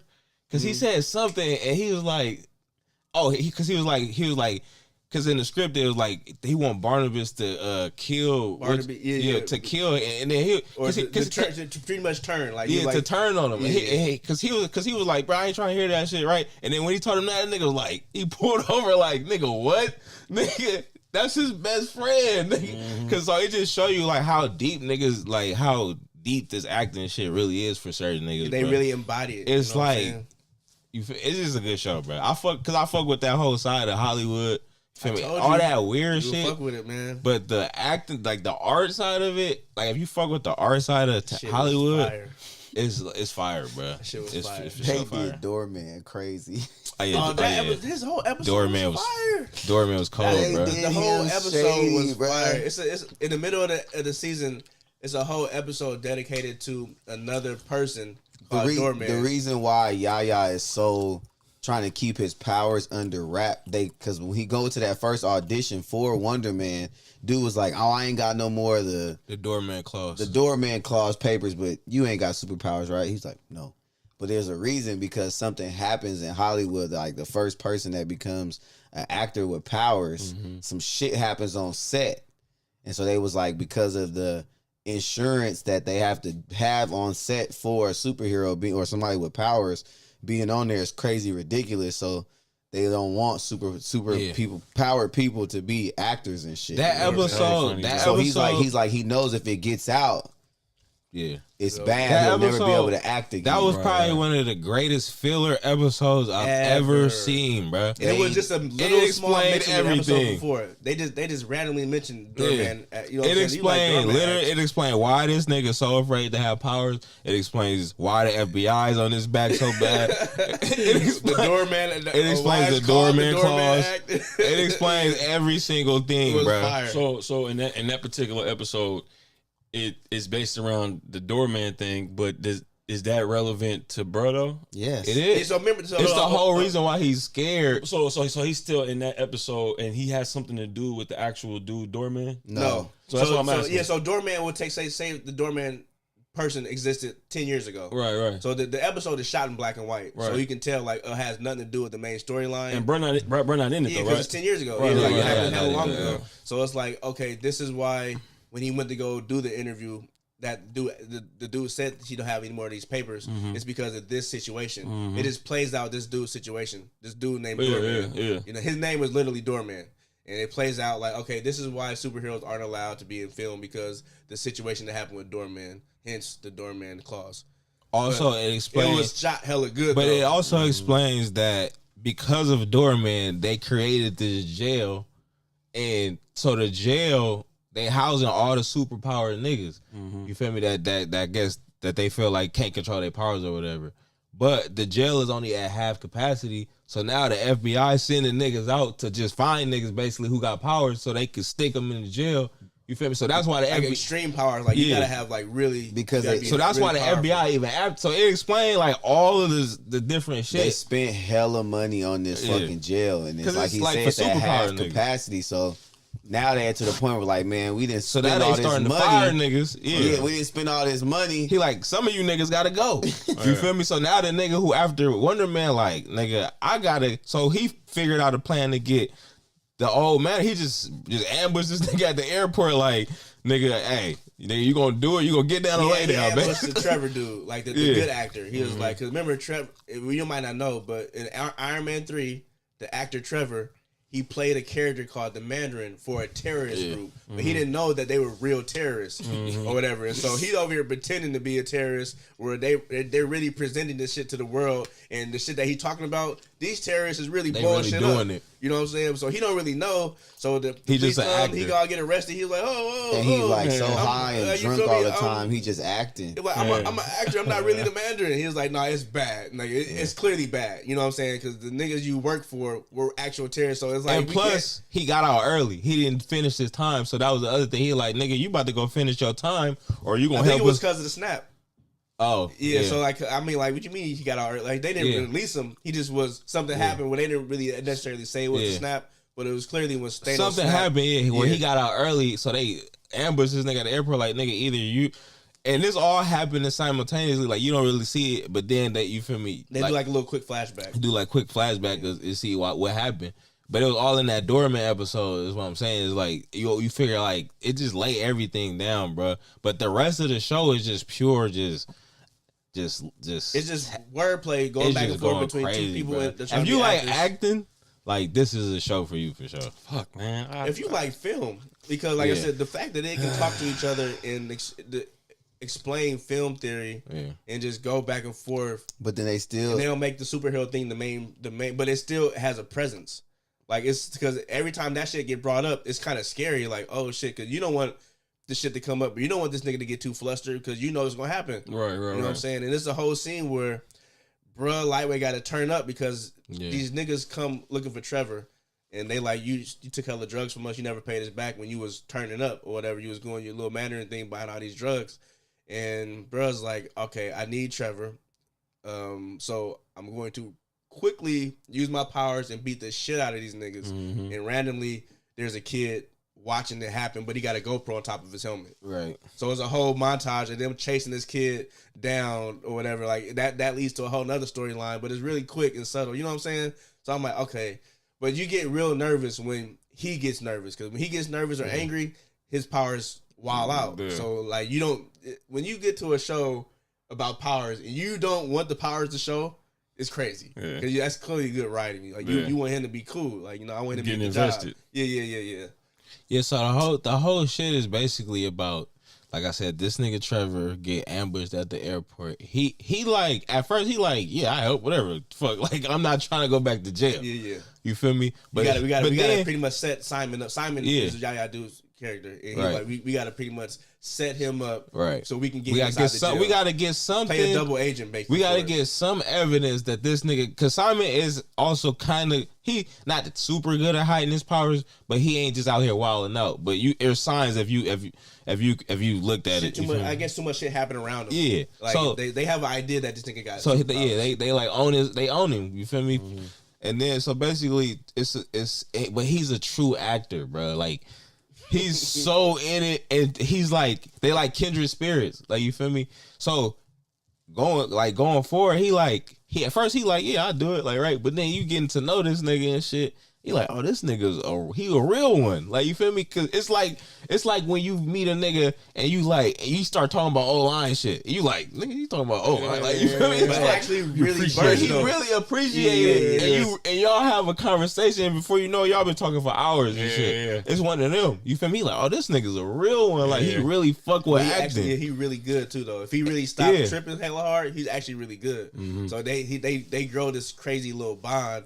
Where I think Simon is more dependent on Trevor than Trevor is dependent on Simon. Because like Trevor good, he good to go. He walk in the room, whatever. But Simon like, damn, bro, I'm my best when I'm around you. Like I said, can we let's hang out or whatever, or let's do these script readings. And Trevor's always able to talk him off the ledge. Like, bro, you're tripping. Like, relax. You feel me? I remember we talked about episode 1 or whatever, where he took the script from him when he was supposed to go do his audition. He like looking for it, and Trevor's like, bruh, just take a deep breath, let it out. Your brain gonna go into panic mode, and just start talking or whatever. And he finessed the audition or whatever. So he like, oh yeah, no, I gotta fuck with Trevor. But at the same time, they really do get like a crazy bond where Trevor is having second guesses and second thoughts about, I don't think I want to spy on him no more. You know what I'm saying? Like, but it does that cliche thing where Simon does find out that Trevor worked for these people. He's like, wait, so how long you been doing this? How long you been? Yeah. And it's real quick though. And the turnover is, because mind you, Simon is playing Wonderman. He got the script. He's playing Wonderman, and Trevor's gonna be Barnaby. So there's duality that they're partners, and then they find out that Barnaby is gonna backstab Wonderman, and it happened in real life. And then it happens in real life. But when they went to bruh's house for that fucking audition. The director, Then they went to the director, bro. That to me was one of the funniest episodes to me, because they walk up. He was like, "Simon, this how hard Simon be tripping, overthinking." She was like, "Oh shit, there's shoes outside. You think we gotta take our shoes off?" Trevor was like, "I'm not taking my fucking shoes off." Yaya was like, "I don't know what I'm gonna do. I don't know if I need to take my shoes off." Right. He's testing us. Right. Trevor's like, "I don't think it's that deep." So when they open the door, this nigga Yaya walk in with no shoes. They take him to the main reading room where his other actors and shit. He's like, damn, they all got on shoes. Yeah, he's an overthinker. I was in fucking tears. That whole shit, bro. The whole shit is just like, straight for like niggas who fuck with, like I said, film and acting and shit. It's like, cause that shit is all about like perception, bro. You could see a scene, bro, and it says so much. Like you said, it's one pair of shoes. What's going on? Does everybody take their pair of shoes? Why is it only one pair of shoes right there? You could take that story and go so far with it if you think about it and write a story. You feel me? But it turns out it's just one weird nigga in the house that took his shoes off. Everybody else was there chilling. Like, you feel me? But like they were saying though, you see the different levels of like acting, and they play on that even more when they go to this audition, because it's a whole bunch of other established actors that's already been in shit. Hit that like button for me. Simon is kind of the only one that hasn't really been like in nothing major compared to everybody else. So then it makes it even worse, because like he's saying, Simon looks at Trevor as like his crutch. So dude was like, all right, we're gonna split y'all up in pairs, and we're gonna have one person do Wonderman. He was like, we're gonna have one person be Barnaby. He's like, but you know, we're gonna put a twist to it. Let's fuck the script. He was like, I'm about to just give y'all random encounters, and you gonna be this person, you gonna be that person. This is yada yada yada, and then all right, just go. 3, 2, 1 to the extreme. Like he says like, he's like, pretend this is your house. Do whatever you want to do. And mind you, he separates Simon and Trevor. Simon starts like, wait. He like, I'm supposed to be working with. He was like, so Trevor like, bro, don't do that. That's weird. Don't do that. Just do your thing. Let's go who he tell you to go. So they go through the little shit, right? Simon fucking Trevor's, he nails it. And he don't even say shit. He said like the same fucking word over and over again, but the way he's conveying the word, it's like you get the meaning. It's supposed to be husband and wife. It works. Now it's Simon's turn. They have him go with somebody random, and this nigga fumbles. He does what you call he does a scene from Pretty Woman. Yeah. Hey, bro, like, nigga, I told you. Now, mind you, not only does he does a scene, he starts breaking this nigga's dishes in the house. He do the exact same, and the director is like, okay. So Simon, you just did a scene from Pretty Woman? You did Pretty Woman. I expected a little bit more from you. Let's move on to the next to the next room and just do something. Just try a different exercise or whatever. And Trevor tries to give him a pep talk. He's like, "No, why don't you go save that for your acting partner?" Trevor's like, You was a bitch. You catting right now. Yeah. This nigga went outside. Nigga start crying and shit. Oh, And I thought it was over after. I didn't know that was a daydream. I thought it was over with. when he punched bro. Yeah, that was fire. I thought it was But that over is, with. you know how strong he is, though. He I can do thought that. it was game over, bruh. Yeah, nah. Because like you said, the more mad he gets, the stronger his power amps up. And so he ends up falling asleep at the fucking audition because he's hella tired because of the night before that they had and shit. Bruh, this nigga's he's dreaming that he has to act with somebody else, and dude's calling him like a freak and a loser and shit. And he just like, whoa, like, hold on, chill out. We know about you, Simon. Yeah, it's like it's getting a little too real for Simon. Simon just charges up, bro, and puts his fist through this nigga's whole head, bro. I was like, oh, it's fucking over. I'm like, oh, he's done. I'm like, how you about to get out of this? It was all, this nigga just murdered somebody. Yeah, He that wakes shit was up, he's crazy. Oh shit, but that shit, man, it was good, And then bro. bro looking at him. Oh, we boring you, Simon. Nigga he wake you up. The main director. The main director. Like, you know what? The fact that y'all said, what Bryce said as far as being invested in it, I figured that when he probably did that shit, y'all probably was like, what the fuck? When, Yeah. like, Not only did you use your power, but you murdered this nigga. Right. In Like, front I of just all think these about people. it. You're gonna have to kill everybody now. right. Like, That's but what the I fact thought. that we was like, I'm kill like, everybody. oh, yeah, he you know about what to kill saying? everybody. I'm We like, way that's too what I invested. thought. I'm like, no more Wonderman. I'm like, damn, It's it's over. bad. Yeah. You start thinking to yourself like, this episode 4, right? All right, how y'all want to rate it, man? Overall, I fuck with Yeah, it. overall. I Let's go fuck for with it, bro. Go for it. Go for it. Al. Let What me you got? let me think. Let me think about it though, Alright. because I'm trying to think. I'm trying to think. Do I have any flaws? Man, I fucked with this shit, bro. I ain't gonna lie, bro. I get that shit a 10, bro. yeah, I think I'm right there with you. That bro. shit was fire, bro. I ain't gonna lie, bro. Like, cause I'm just such a acting head. Like, you feel me? I fuck with like talent in this shit.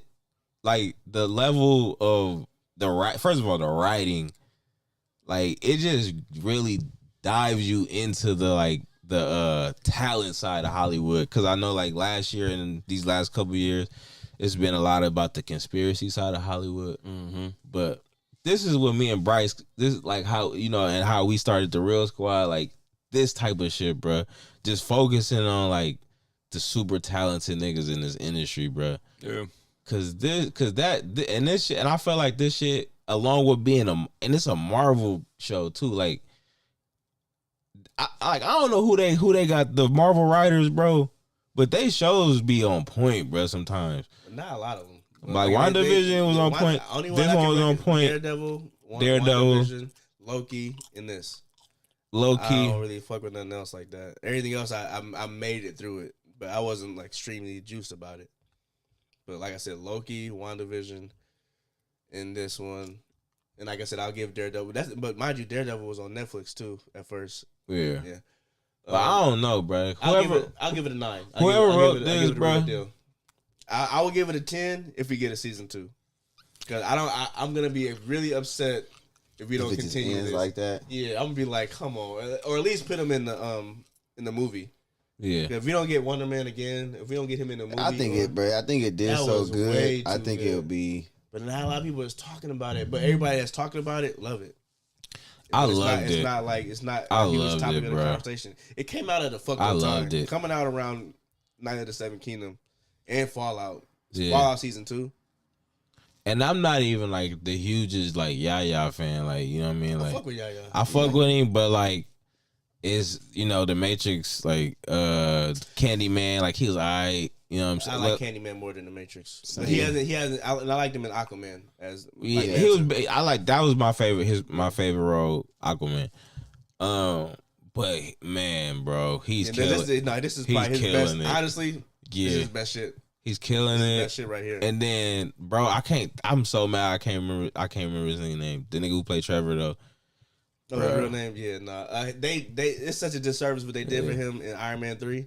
Yeah, Like what he was capable of here. bruh. He could have did that Bro, Iron Man 3. it's amazing, I'm bro. like, bro, wait a minute. This is the nigga same saucy. nigga from Iron Man 3. This nigga played Gandhi. No, he's a real actor. But I feel like they did him like that in Iron Man 3, and they kind of like play on it more in Wonderman. Well, for sure, he was 100%. always just high and out of his fucking mind all the time. They took a dud and created a gem. Like I never thought I would see Trevor, well, again, but let alone in a project like this. Like what? Hell no. Nah. I fuck with it, bro. Great. Yeah. But I think that's hella tight though, because I feel like that's their ticket of expanding the MCU. It's doing shit like that with Trevor, bringing like, yes, we're letting you know the Marvel universe is real. This is real, and they try to make you feel like it's a part of real life as much as possible. It's not something that's taking place somewhere hella far away or on a different timeline or something. Like, no, nigga, we seen you on TV killing people. Yeah, everybody. He's keep like, calling him no, the I'm Mandarin. not. That was You're the acting. Mandarin, right? The fact that everybody recognized him as a Mandarin is fire. I know you. You're a Mandarin, right? You're a Mandarin, right? All right. I'm an actor who played that role. You'll like it, Jose. It's really good. Yeah, Fuck, it you'll sound definitely good, man. fuck I'm with it. hella You'll fuck mad. with it. Actually irritated. I forgot about that shit, Yeah, man. nah, if anything, just throw it on. You'll be like, okay, I'm gonna have to finish. Hey, this. wait, did you man. peep how fast? Like, so was I tripping, or did he really destroy his mom's kitchen? Yeah, he did. He did But that. then when he called her, That was a photo table. oh, it was. Yeah, nigga, what? Yeah, that was a fold-out table that was in there, nigga. Somebody That's picked that all- up. Yeah, they picked that up and brought that in there. I don't know why his brother do that. Like, bro, you know this nigga be Yeah, wildin', I nigga. love that too because they don't explain it. Clearly, his mom and his brother know this nigga's His turned brother up. is obviously a hater. Yeah, Yeah. Why But I didn't get the powers? But the fact that his brother didn't hate on the Interview. newspaper interview, Yeah. Times Magazine. Times Magazine, everybody gave him a good recommendation. He thought his brother was gonna cat off on him, so yeah, that was clean too. Because at the end of the day, it's still family. I Right. love that too. You know what I'm saying? Right. And I love that Creole aspect they could take on it too. Because they Haitian. or Haitian. They speak in the lingo and everything like that. Yeah, that patois. that shit was tight. I love that. All right, y'all both gave it a 10. I gave it a 9. Like I said, I will step into that 10 water if we're able to see this nigga again, bro. I need to see this nigga again. All right, the Grammys happened. Pretty crazy thing. I saw one crazy thing. Y'all saw that shit with Cher. Oh, she said Luther So- Vandross. I did see that, So yeah. in hindsight, after watching it, because somebody showed me at work, so she was presenting the award, Best I think song? best song, and I think it was Kendrick Lamar's Luther. That's SZA's song, isn't it? Or is that No, Kendrick? it's Kendrick's song. That's Kendrick's song. Yeah. Okay. So it's called Luther. I don't think it's called Luther Vandross. I think it's just called Luther. Yeah. And I think they were playing it. They playing instrumental. They was playing instrumental. For some reason, she said She the like winner she like was- 70 some years Yeah, old. she said the winner is Luther Vandross. But everybody hears Kendrick's song, so Kendrick just like smile and stand up and start walking up there like, and she like, wait, Kendrick Lamar, but the song is Luther. So I mean, like, it could be like an easy mistake. Yeah. And they Or playing maybe- a Luther Vandross song in the background. Yeah. But like I said, I'm Which is the more so sample. thinking that it might have been like a bit, but it seemed kind of genuine though. She old as But, hell. but it wasn't like crazy like everybody was making it seem. It's like she took a quick glance at the card and didn't really read and it. then heard the song. And Oh, said Luther Vandross. Like Luther Vandross been dead for how long? Yeah. This nigga is done. Yeah. Did y'all see the triplets? The triplets. Nuh-uh. What's that? Y'all didn't see the triplets? Mm-mm. Pharrell and them? Oh, that was clean. The suits? I fucked Not with all that. wearing the same exact I suit. fucked with that. I didn't see it. They all Pharrell got- and the Clips they got had on the same exact Yeah, outfit. Same suits. You gotta go look.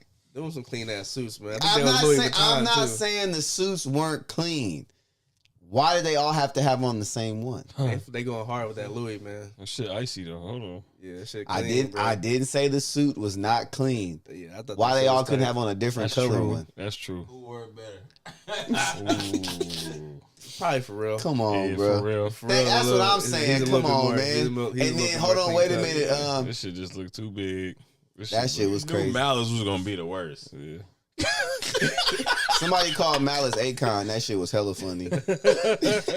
Oh, he got the ice on it too. Oh Yeah. God. I mean, for For real, sure, like, they killed come on, bro. I wouldn't even have did that. Yeah.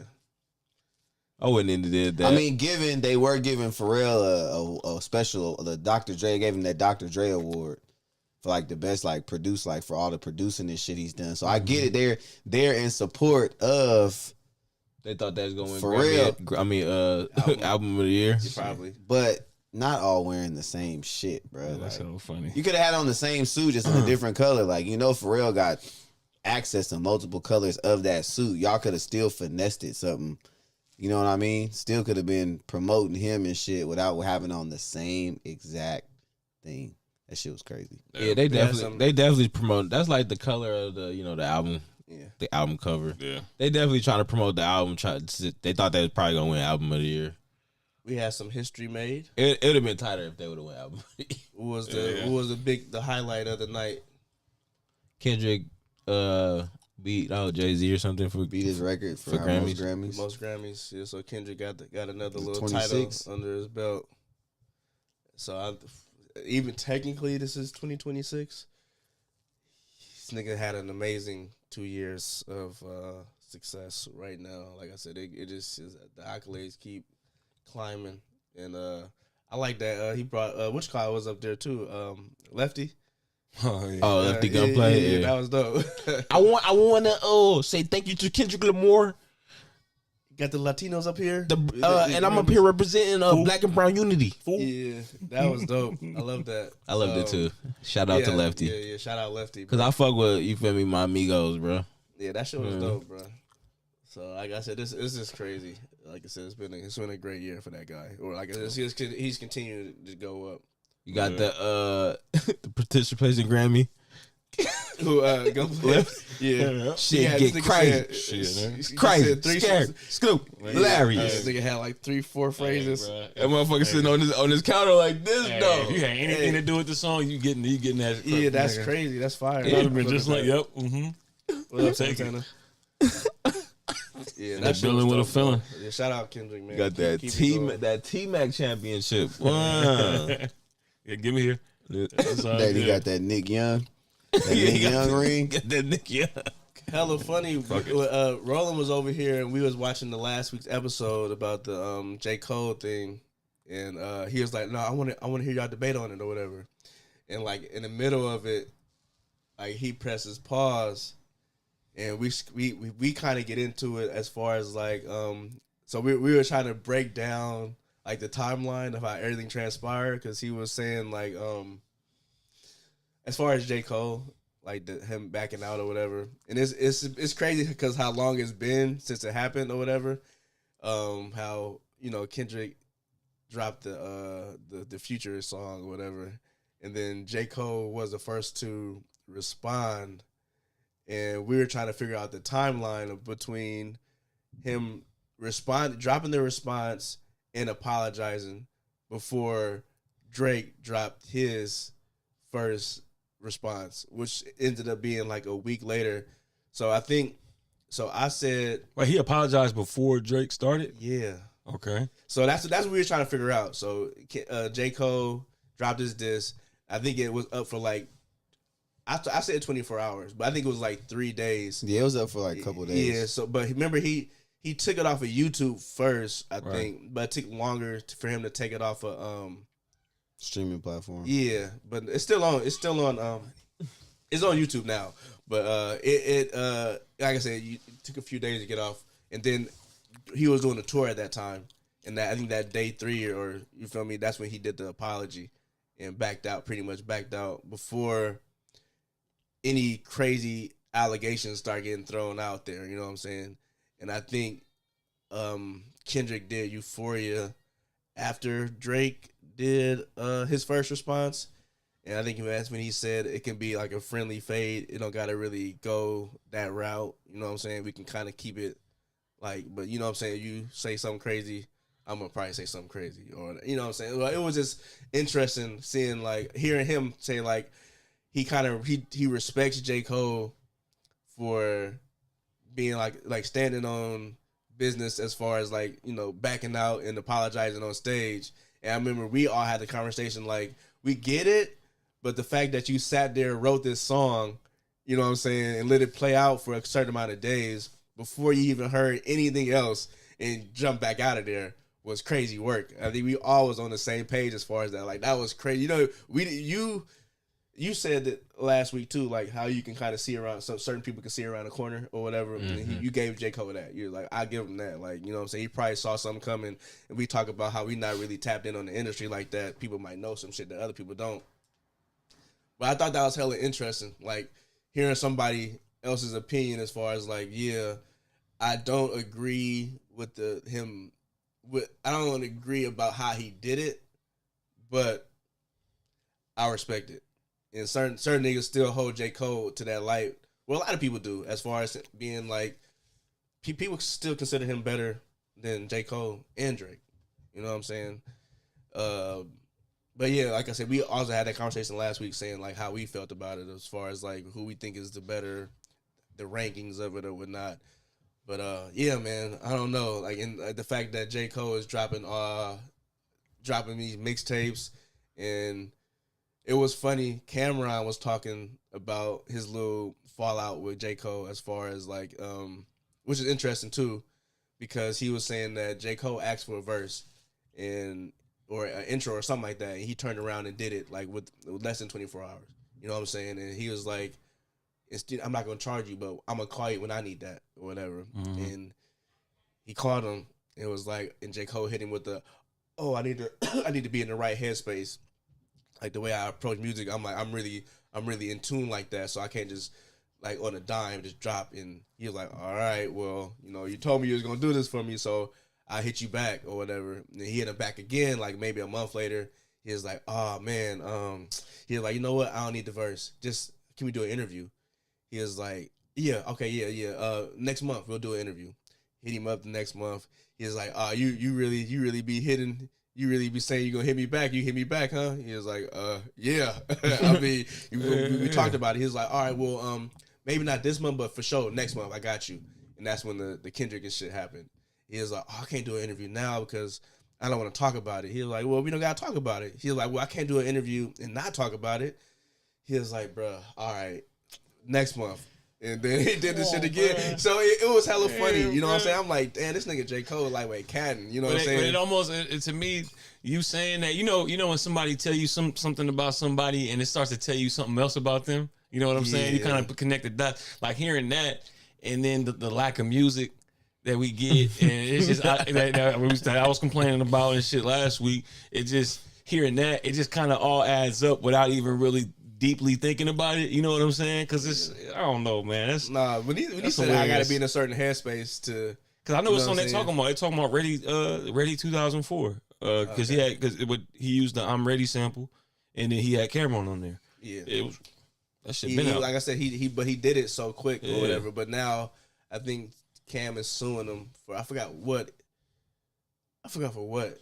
Either because he didn't pay for it, and so he's like, well, since you didn't pay for it and you never kind of like met me halfway on that, I'm gonna need that or whatever. You know what I'm saying? You never said you was gonna do it. You never did an interview. You never did a feature for me. Yeah, it's a handshake deal, but still you can. Yeah, that's cat. Technically in New York, handshakes are legally viable. Fun facts. All right, right. If you live in New York, Al, stay with him. We gotta get Al Snapple. Snapple facts. Yeah, we gotta get him the Snapple sponsor. That's what we having it. Damn, bro. Every time you got something random to say, just pop it off and be like, actually, 1776. Well, actually, in Lord of the Rings, contrary, the Tarragons. That's the best one. Y'all niggas, man. That's the best one. That's what I was trying to think earlier when we was talking about the Last Kingdom. But I was like, what did this nigga call them niggas, bro?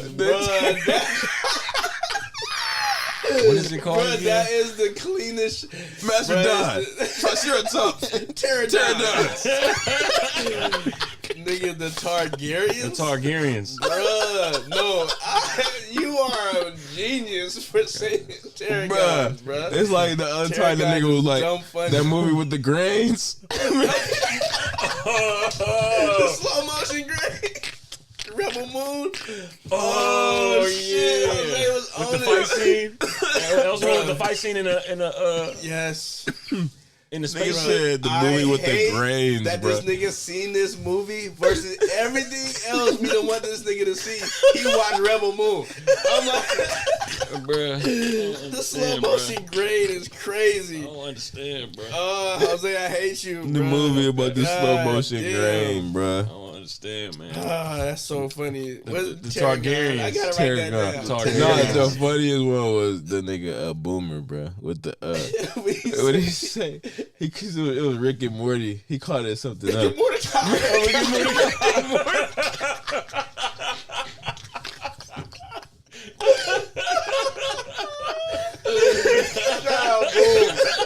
Shout out, boom. Come on, That bro. nigga said, that new episode of Rick and Mordecai. I was like, this nigga such a hood nigga, but Niggas from shit. the depths of East Oakland, nigga. So fucking funny, man. Rick and Mordecai. That was Rick funny. and Mordecai had me crying. Hella random, man. bro. Do y'all see the dude on TikTok? He probably all over social media, but he make fake social media pages. And so he made a fake ICE page for people to call in and report people. Bruh, it's so diabolical, bro. Bruh's a comedian. And so he, like I said, he'll start off with like, This you know, nigga out of pocket. he's like, I'm a comedian. I made a fake ICE page for people to call in and report people. And this is one of the calls I got. Bruh, it's a preschool teacher who called the number to report one of her students' parents, bruh. Right? And so the dude is like, he makes you feel hella bad. He's like, oh, so you want me to look up the parents to deport them and also the child? And like he gets them to admit how shitty it is. You know what I'm saying? Yeah. So she's like, well, I don't know why you're saying it like that, but I'm just trying to be safe out here. He's like, well, did they do anything unsafe? She's like, no, just that they don't speak English well. He's like, oh, so let me write this down. Because they don't speak English well, we need to deport them. And he'll finesse it, be like, you know what? I just looked them up. They're legal. You know what I'm saying? She's like, oh, okay. He was like, yeah, so we're not going to be able to separate the parents from the kid. I'm sorry. She's like, no, it's not that. You know what I'm saying? So it's dumbass funny, bro. Because he did another one where the lady is at the grocery store. She called in. She was like, yeah, I'm at such and such grocery store. And one of the workers didn't speak English or whatever. But it's crazy because she got me exactly what I needed. She knew I was looking for water or this certain sparkling water. And she took me straight to it. He is like, so... But she didn't speak English. She was like, yeah, and I'm trying to, I'm calling to report or whatever. He was like, but she was able to help. She didn't speak English, but she was able to help you find exactly what you were looking for. She was like, yeah, and he was like, you know what I'm saying? So he's finessing the conversation. Yeah. I'm like, damn. And each person is like, hey, is it cool if I speak to your manager? Because I don't know if I appreciate how you speaking to me. He was like, no, I'm just saying what you're saying. I'm just clarifying. And I actually, by the way, I looked them up. They're illegal. She was like, oh, well, that's good. He was like, I guess so, right? Even though they don't speak English. He was like, actually, we have a sponsor. I need to read this to you. She was like, okay, go ahead. It's Duolingo. He was like, learn a new language. And she was like, he was like, no, sorry, wait, just let me finish. And he keeps reading the long ass Duolingo rap. It's fire, bro. But like, it's funny as fuck, but it's hella scary It's because sad, yeah. you know how many people are really calling other hotlines to report, bro, this is your student, bro. Preschool. You calling on his parents, bro. And and not only that, you calling a random number that could just be some vigilante nigga who just out here trying to kill immigrants. Bruh. Like, you don't even know who you calling. You calling and you getting made fun of, but it could be some wild nigga. This nigga's finessing it. She's like, oh, you want to speak to the manager? Hold on. And he gives the phone. It's still him. She's like, well, you sound just like he was like, oh, well, yeah, we get that a lot. She's like, what's your name? He's like, my name's Brian, too.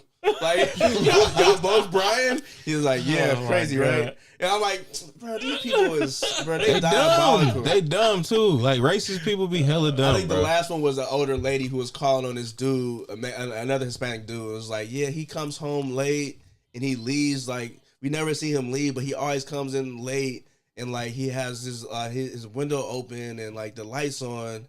And like we can like see him walking back and forth, but we don't know what he's doing. We just want to report. She was like, wait. He was like, wait, so you can see into his house?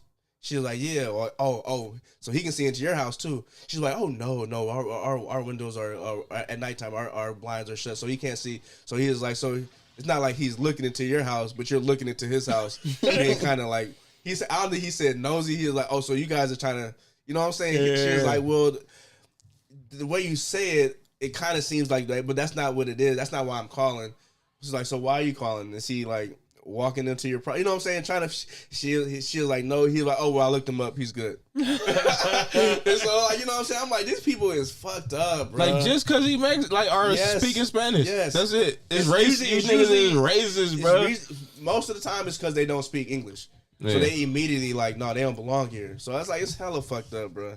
I'm That's the like, native damn, tongue. man. They don't speak the native tongue. Out of Even, pocket, like I bro. said, the lady got help to find the water immediately. No problem. Just couldn't speak English, so she gonna go home and call. But I'm like, it's funny how shit happened like that, because I'm not gonna say who I was riding with, but we was on our way to the airport and we getting ready to park at the overnight parking and shit at the airport, right? And it's this black dude. He's like at the fucking little turn up gate. So they was like, hurry! Oh, they was like, damn, hope you don't come to our window. Hope you don't come to our car and ask to wash our windows. They saying this from a distance, right? We get up. He's a fucking electrician fixing the fucking. And I was just like, oh, because he's black, he's a window washer. And that I'll never forget that. But it's just Racial funny. profiling. It's ridiculous. Yeah. I'm like at the airport at the fucking parking gate, like. All right. Yeah, that's not a usual spot they frequent at. Yeah. right. We just go kick it at the airport. What? You live in a fucked up That time, shit, bro. bro. I'm trying to tell you, bro. When I say I laughed so fucking hard, but then I was like, That's is all it you 'cause he could do. black? That's all you could do nowadays. Is just like laugh at shit. Like Stupid. Let me go bother folks that's literally running late. not doing That's anything. literally running late and don't even have time to talk to me right now. You know what I'm saying? Nah, bro, I gotta go. I'm running late for my flight. Like, what are we talking about right now? That's hilarious, bro. Of all places. That's bro. That was the funniest part. I hope he doesn't wash our windows. That shit diabolical, bro. That shit crazy, bro. He's on the Hey, clock. it is what it is. This nigga's on the clock. An electrician at that, like Being like a regular black man, like bro, it's crazy, bro. Like niggas just auto set. Like you would be walking past motherfucker, they just be like, It's funny though, cause where I be at my job, I be expecting it. Like sometimes, you know, I walk in through a door and somebody has already walked in maybe like 5 seconds before me, so they got some distance on me, but they may not even realize I'm behind them or something like that. So I got to squeak the floor, like, you know. that's what Bryce was. That's what Bryce was talking about. Yeah, I remember Bryce saying that, but that's the shit I be doing too, because it's like sometimes I see when they didn't even realize that I was behind them the whole time, and then it's almost like what the fuck, like, you know what I mean, like I'm slipping, like, you know what I mean. It's kind of like one of them things, and it's kind of like we good. It was an episode of Blackish, bro, where this nigga Anthony Anderson was about to get on the elevator, and it's a white baby on the elevator, and he like, I'm not getting it's just a white baby. Oh, by itself? By itself. Oh, man, nah. I actually remember that. I think I've seen that before. Like, nigga, I'm a black man. There's no way I'm getting on this elevator with this white baby. Literally, what I'm doing is I'm holding the door open, going, "Excuse me." Somebody gotta come get this white Nah, baby. there's this dude on TikTok, and he goes or he's a black dude, like he's extra like dark, and he goes around and he does all the shit that white people do to black people. Like he'll have his bag or something. He'll walk by a white, he'll clutch it hella hard, or he'll be sitting there, be on their phone. He'd be like, or they'll walk in, he'd be like, Hey, when I say comedy, bruh, fucking hilarious, bruh.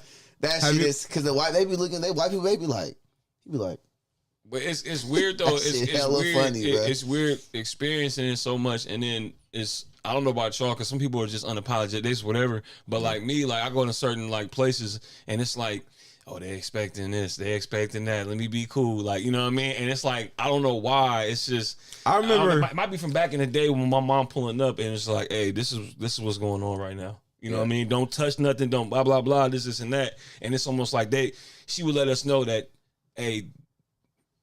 I have expectations of them like looking at you funny or thinking that you going, you know what I mean? So I took that from a kid to now. Sometimes I be looking at shit and I'm like, put it back on the shelf, like, bro. I don't even want to get bothered, bro. Like, my first time ever experiencing like real racism, bro. When I was probably 12 years old, right? We had went down to Texas. We was going on a cruise like in Galveston. Like, and I'm so young and naive, I didn't even realize it at the time. So me and my little sister get on this elevator, bro. It's these two white ladies on the elevator. So we get on, she like, ugh, it smelled like chicken in here. Right? Bro, mind you know, cruise ships, they have like free food, right? It's not no chicken on that ship, right? In my head, I'm like, oh, this bitch is retarded. Like, ain't no chicken on the whole ship. It's not till I got older then I realized that this bitch was being racist. Like, she was like, because we black, we smell like chicken. So I didn't even it didn't even register in my head that she was being racist. Like, it's crazy. Like, just being from Oakland and shit. Like, we don't, like, you feel me? It don't really happen to us. But then I went to Texas. And it's more blatant and open and shit. Like, you feel me? Like, we got like microaggression racism out here with motherfuckers, like you said, they had grabbed their purse or like, you feel me, they locked their door hella times and shit, be clicking the button 7, 8 times. But it's weird though, because it almost seemed like that shit is worse. Because it's like you see the small shit, like you walk past and it's like I almost kind of look just to see if they are going to react, you know what I'm saying? Because I got that program in my head, so it's like when it happens, you be sitting there just like, bro, it's not even, you know what I mean? Like, I don't even know if I said this, but one time, even at the job, I'm in the I go to the bathroom, dude, just like a bigger mirror, you know what I mean? And on the opposite of that is the sink, and right next to it you can see the stand up stall right there, right? And then the two toilets next to it, right? But it was funny because I went in there, and as soon as I walked in, bruh like looked to see who I was, and he had his laptop and like a book or something like that on the window. I mean on the sink counter or whatever, right? So, bro, this nigga, you could see him panicking, bro. He damn near was pissing on the floor, bro. He was like doing this, and it got to a point because I think I walked in. No, matter of fact, I was in the stall and I came out, and he came in and he realized who was in the stall, and he started tripping. I'm sitting there washing my hands, and you could see him like just doing this in the mirror, and I had to tell him, I said, I'm not about to take it, or something like that. I said, you good, or something like that, and I just was sitting there like, what the fuck? And he, as soon as I said that, he was like, he kind of like turned his head and like dropped his shoulders a little bit, and I'm just like, bro, god damn, this shit was like last year, bro. Right. You know, at the job, I'm like, god damn, like it's not that, but you got your dick in your hand, yeah, bitch. Focus on your shit. I got a question. This like a movie question. It's not a movie, but it's like it's entertainment question, I guess. Should we talk about Super Bowl first? Oh yeah, it'll be this. Hopefully this will be quick. Okay. Because we're gonna work together on it. I want to build like an Avengers or like a Justice League style team using only Cartoon Network characters. So I think each of us pick a character that we'll put on the team, and then we can debate on the 5th character. So come up with a character in your head on who you think should be on this team. Out of all Cartoon Network niggas? Yeah, and we'll battle them next week with Nickelodeon characters. All right. So I got one. You think of any character from Cartoon Network. If you need to Google some characters or images, you already know who I'm going with. My boy. I'm going with. I mean, Cartoon Network, not Adult Swim. All right, No, I'm just saying, because it can get crazy. Does Toonami count? So technically no, because we're pulling from all around the world with Tsunami. I got you. Yeah. No, I got a Cartoon But Network. there's okay. I got one, but I'm just trying to make sure I got a backup because I already feel like somebody gonna get to it first. So I give y'all a second. I'm ready. because this I'm like going one that first this has time. to I'm be not on letting there. Jose play me out like he did last week. Switching characters and The shit. DeLorean. You're not gonna be a pterodactyl. Should have said fucking Tarragon. No, it's a Torigami. No, what's it? Fuck, bro. Fuck. Okay, go ahead, Stacks. Dexter from Dexter's Laboratory. Okay. It's gonna be the Iron Man. That was mine. So Okay. Was it? yeah, No, it fucking it wasn't. was, Shut bro. up. That's like you have to have him on your Nah, shut on your up. what's the No, it name, wasn't. bro? You Wait, got to. is it just like a powerhouse character So mind you, we're gonna be battling them against Nickelodeon Like fighting? characters. Yeah, they have to fight the Nickelodeon characters next week. Oh yeah, I'm going with my boy Samurai Jack. Samurai Jack. Yeah. So we got Samurai Jack. So start over for clips. Who you got? Dexter from Dexter's Laboratory. Samurai Jack. Does it have to be one character or can it be? It can be if they're in a group, you can take one from that group. I'm gonna go ahead and go. I'm gonna have to go Blossom from the Powerpuff Girls. I knew somebody was gonna pick the Powerpuff Girls. Well, Jose, why you didn't say it? 'Cause I got a few of them. I'm literally looking at his phone. He was Yeah. literally looking up. Why you just didn't I go? was trying to look at the fucking names. You don't know their names? No. The red one. Well, say it for clips. I'll let you say it. You can have that one. Now I'll pick somebody else. It's not authentic. Yeah, You're right. no. It's not right. I'm gonna go Johnny Bravo, bro. Fuck it. But they we fighting, Hey. bro. Cause you know what? I was going for Nickelodeon anyways. Jose is a cat. I'm saying, bro. I'm going first next week. I was going for We gotta take You Nickelodeon. turns. really gonna go with that? My nigga said he was going for Nickelodeon. So you gonna sabotage Yeah, that's the that team? shit. Come on, you gotta pick somebody good. Come on, Jose. This nigga gonna sabotage the I'm gonna team. go Blossom from Powerpuff Girls. All right, then I'll go Ben 10. Ooh. All right, so that's Animatrix. 4, and for the fifth, Animatrix. we need one more. We all got to agree on it. All right, so we got Samurai Jack, Blossom, Dexter, and Ben 10. Can we? Let's see. Let's throw in. So we got a tech dude. We got the powerhouse with Blossom.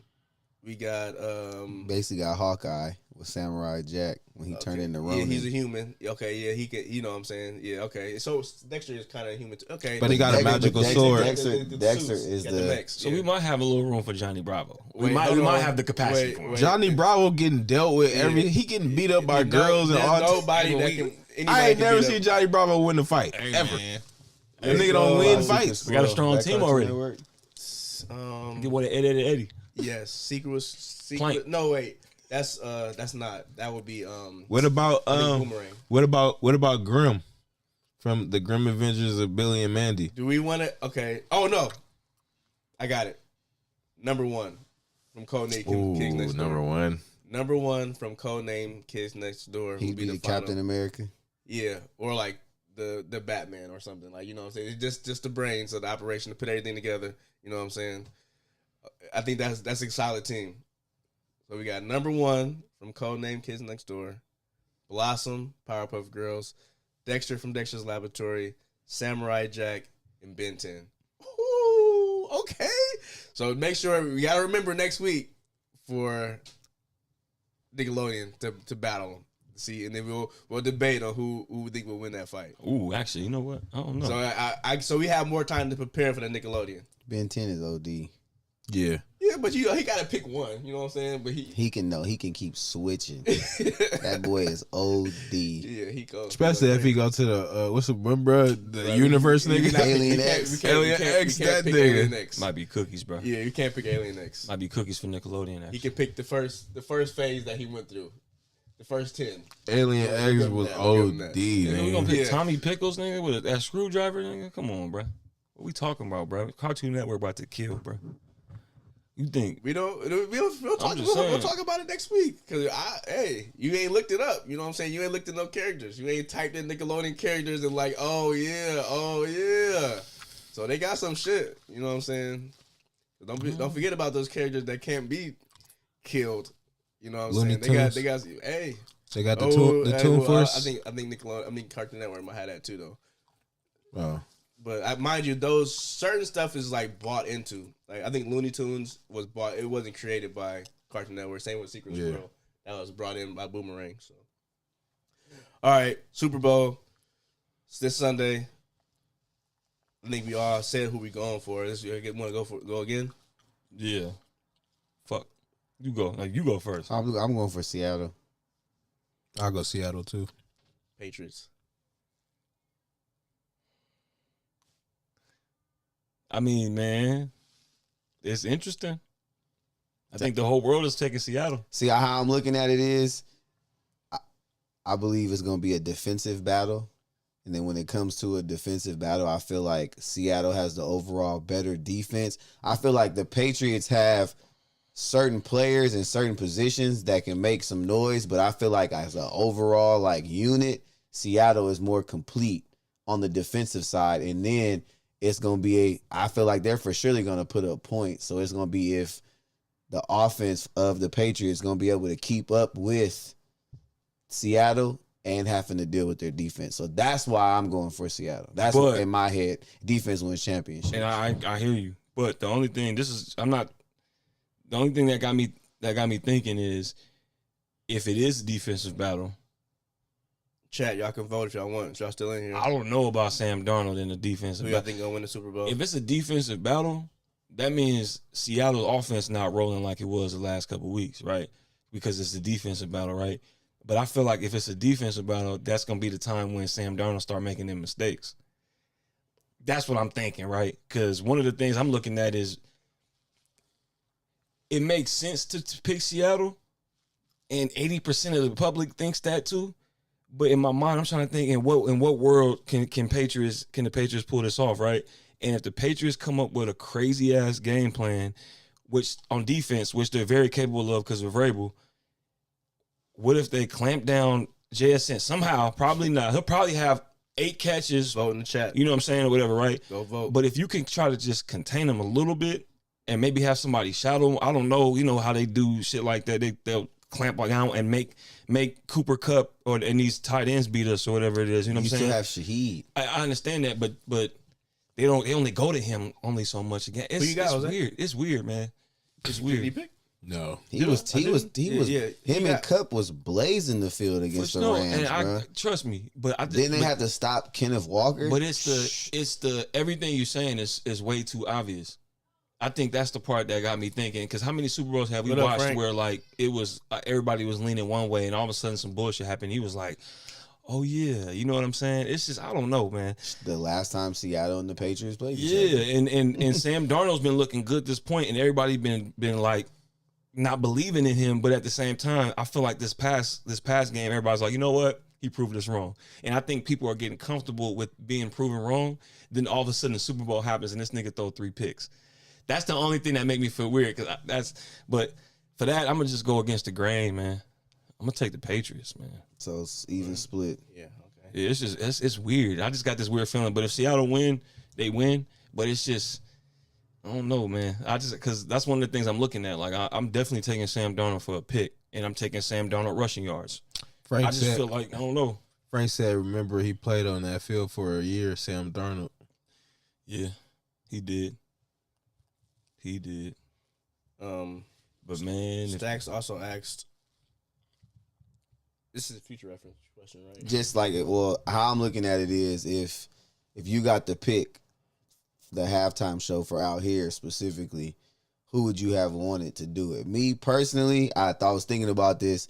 I would want to have this. I wanted to see something like how they did it when it was in SoFi. So I'd like to see like a Bay Area collective, like maybe start off with like E40 and Short coming out, and then they bring out all the rest of the people, kind of how like Dr. Dre did with Snoop, and 50 was hella random, but how they brought out hella different people from LA and shit. So like they could bring out Fab. I mean, I know Keek ain't in the best health wise right now, but if he was, bring Keek out, let him do a song, some shit like that's how, especially being in the Bay Area. Well, when they performed at SoFi, for 50 being there, it more so came off like I think it was convenient that they was in LA too, but it came off like, if you stop and look at it, it's almost came off like an Aftermath halftime show rather than like a West Coast one. Yeah. So it's like, even when you saying that puts that like almost specifically corners that to just that region or just whatever that area, you know what I'm saying?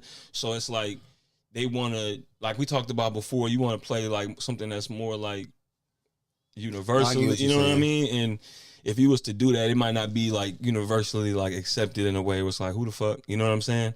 But that did just happen though. Yeah, but what you mean? With Kendrick, and it's about to happen again with Bad Bunny. Yeah, and that's why it's funny. I was having this discussion earlier. It's like, I think they're kind of like, they're trying something different, like a different approach. You know what I'm saying? Than based off of what we said, because like we said before, like I said, like they usually get people that's a little, like I said, longer in the tooth and like kind of like legend status, and like they can still perform and shit like that. You know what I'm saying? That's why I said how I felt like Wayne wasn't right. You know what I'm saying? But like, I got a hot take for this one. But they're doing something different. Like with the Kendrick thing, with his momentum too at that time, it made sense and it was hot. And then with the Bad Bunny thing too, I think it's even bigger because Bad Bunny is a little bit more global than Kendrick, obviously, right? So I think they're trying something different. But then even that question had me thinking like, we running out of people, you know what I'm saying? So maybe that's why they're going with this new, fresh approach. But the one person I thought that, I'm going to get this in first before anybody else said, and we actually talked about him earlier on some Aftermath type shit too. What about Pharrell and Friends? Like Pharrell and the hits and the people that he's dealt with over the time. And he brought people in like how Dr. Dre brought people on there. That's a really good one. I honestly think the timing is perfect for that, personally. Yeah. You know what I'm saying? I agree. I can't think of nobody else that would be like perfect in it with the standard that I'm used to and shit like that. But that's great. That's a great pick, Jose. Yeah. Damn. That was a good pick. Mine is off the wall. You want to go? Because mine is ridiculous. No, go ahead. You sure? Yeah. It's not going to be able to be topped. Go ahead. Let's go, bro. No, go ahead. All right. Well, I'm going to say it. I don't even know. I want the hologram. I want Tupac and Biggie. Oh, my God. I want the hologram. Somebody said, I see somebody say Michael Jackson, do the Michael Jackson hologram. Michael Jackson already did the Super Bowl. He killed it, too. Yeah. So he did the first one ever. Yeah, so I want the hologram. Bring Tupac and Biggie on stage together. Perform their hits. Come on, bro. We already got the Tupac hologram. But the thing too is that you still couldn't do it because like you could, but only a certain demographic of people would appreciate That's it. why I'm taking. That's the problem. I'm taking the approach with the Bad Bunny and Kendrick. So I'm following the same formula. It might not be for everybody, but it's gonna be great. But Kendrick was something different from the usual formula. Bad Bunny is a little different because he's current, but I feel like it's still kind of somewhat a little different because he's more, like I said, global. So like other people on the opposite side of the world will know who he is, and like you said, some people were still introduced to Kendrick based off of like the beef and blah blah blah whatever. So that's different. The Bad Bunny caused. When they even announced that he was doing it, it caused up a stir. It was like a lot of people. He's gonna wear a dress. No, people saying that he don't got no English speaking songs. Yeah. So it was a lot of that too. Yeah, and then also you heard about the alternate. My bad, I'm not even take it off, but y'all heard about the alternate halftime show. They're doing it somewhere else for people that don't want to fuck with it. It's gonna the rest are gonna be in the Kid Rock. No, he's talking about the Turning Point USA. He's talking about the Republican, bro. Because they all protesting because Bad Bunny technically he's Puerto Rican, so he's American, but he's not part of the 50 states. You feel me? So they basically saying like he's not American, so it's not an American thing. And Russell actually doing this shit. Tailgating. No, but the shit you talking about is the shit I said that Wayne should do. What they do is the local artists and people like that's more known locally that obviously not gonna go to the halftime show. They performing. Like in New Orleans, I said Wayne probably better off doing that, the pre-show or like on the outside, but not or the post-show or whatever, but not the halftime show. Obviously, yeah. So they that's why I was saying like they show love to the city and like you know they do activities and shit like that for the locals and shit like that, but then they also show love to the local artists. Is it true that present them. LaRussell signed with Rock Nation? I'm not sure. I saw him a video where he like dapped up and hugged Jay-Z. I seen that. They was hanging out. Yeah, but I think he's still gonna be independent. Yeah. I think that would have probably been a lot bigger news if he would have did that. Yeah, because he kind of wore that like a badge of honor that he turned him down before. Yeah. Because I guess Jay-Z offered him some ridiculous ass deal a long time ago. Yeah, that was just because he said Jay-Z offered him like He said he offered him like $100,000 or something like that, and then basically he turned it down. And then he said that they hit him back like, "Oh, we meant to offer you this much money," but then he was like, "Nigga, either y'all tried to serve me, or I still don't want to fuck with y'all because y'all just made a $300,000 mistake, and I don't want to do business with niggas who making $300,000." Yeah, I remember that. That's crazy. That's a good point. I Yeah. fuck with him on that, yeah. So he was like, "I'm not signing with like that's." He said that's why he didn't sign Rock Nation. Okay. I'm not gonna lie though, man. On the low, Rock Nation come off kind of shady. Niggas been talking shit about them over the last few They don't years have and the shit. greatest reputation either. Cool. Yeah, but it's just weird though because you think Jay-Z, you hear Jay-Z and you think it's gonna be something different. You know what I'm saying? And you get there and it's kind of like, oh damn, Same. y'all fucking us over here too. Like damn. What you got, Al? Come on, man. So I got two people. Number one, Ye. Number two, Ed Sheeran. Okay. Both of those will work. I thought Chris Brown would be a good one, but he's turned the Super Bowl down before. Has he? Yeah, and I think him and Jay-Z got beef now too. So Yeah, it's But- funny because that's one of the things I thought too. I was like, maybe if Chris Brown could stay clean and cool for a few years, then maybe that would be cool because he got plenty of his too. got- But think he'll also, do it like you eventually. said, Yeah. I don't think like obviously Chris Brown a legend, icon, whatever. But like you said, I don't think he's reached that like post, like you know what I mean, like you know how you said Pharrell's like post. Yeah. Like he's a legend, obviously. Chris Yeah. Brown's a legend, Right. icon, whatever. I But feel like he'll do better I think he's numbers still than- doing like Mhm. his career thing. And he like, had you know he what I mean? had some shaky spots and Right. stuff like that. That's why I was saying if he can stay clean and cool, drop a couple of hits within the next 5, or so years or whatever, then I feel like he'll be a good option. But I feel that same way too, though. Like it feel like he's still doing it. He's not ready yet. You know what I'm saying? I don't know. Even though like Michael Jackson did it at Kendrick a did it, clean too. time. I feel like he can bring Kendrick, in yeah. more people than Kendrick and. But No, Kendrick I'm was not saying popping, he. though. Well, I'm Kendrick not. was popping. Yeah, I'm not saying No, he. I agree. Yeah, But yeah. I'm saying I just think he'll probably be a bigger name. same. No, I don't. Globally. What I'm saying is, I don't. That's how like. that's how I was looking. at it. I'm saying that's why. I'm thinking that's why he turning it down. Like you know what I mean. Like I'm saying like. In his mind, he like he said, Dr. Dre, like all these Rihanna, like these niggas, they legends, but they like, they've done what they've done. I feel like he's still putting out what like his best shit is still to come type shit. Okay. You feel me? But I feel like He's still in the pocket. yeah, exactly. I feel like most of the time in the Super Bowl, like they legends, but they best shit is kind of like behind behind them. them. I get what you're saying. It's funny though because I always thought that that Chris Brown, if he really like wanted to, can be one of those people that almost have like 2 different careers. You know what I'm saying? Because he can sing and shit like that. The fact that he can sing and dance still, if he was to like, I don't know, like if he like toned the persona down, he could be a completely different nigga and go down and have a whole second half career of, I don't know, like for some reason, like the shit he make is cool, but sometimes it's hard to explain, but when I His hear outside antics almost overshadow, Yeah, because but- he's just as famous outside of music. Yeah. than he is inside. but you hear the outside antics in the music sometimes, Yeah, and when you hear it, it's like, oh, he's still having a good time partying and having fun. That's cool. But sometimes when I get a chance to hear, it's hard to explain like a crispier, more a mature, classical, conventional. Yeah, when like, I hear song. that, I'm like, oh, you can still do it. And I know that if you really wanted to tap into that, you could. So that's why it makes me think that like maybe one day he will kind of tone it down, and then because that shit He gonna can live sing. on. Yeah, it's like a jump shot. Like Nigga can sing, you bro. will have a jump shot forever. He You know, just that's gonna be the chooses- last thing to go. He chooses to sing about. Yeah, and which is cool. Yeah. Do your thing. You know what I'm Right. saying? But I be thinking that he actually really could be making. It's like this That Christmas, timeless this shit. Christmas song.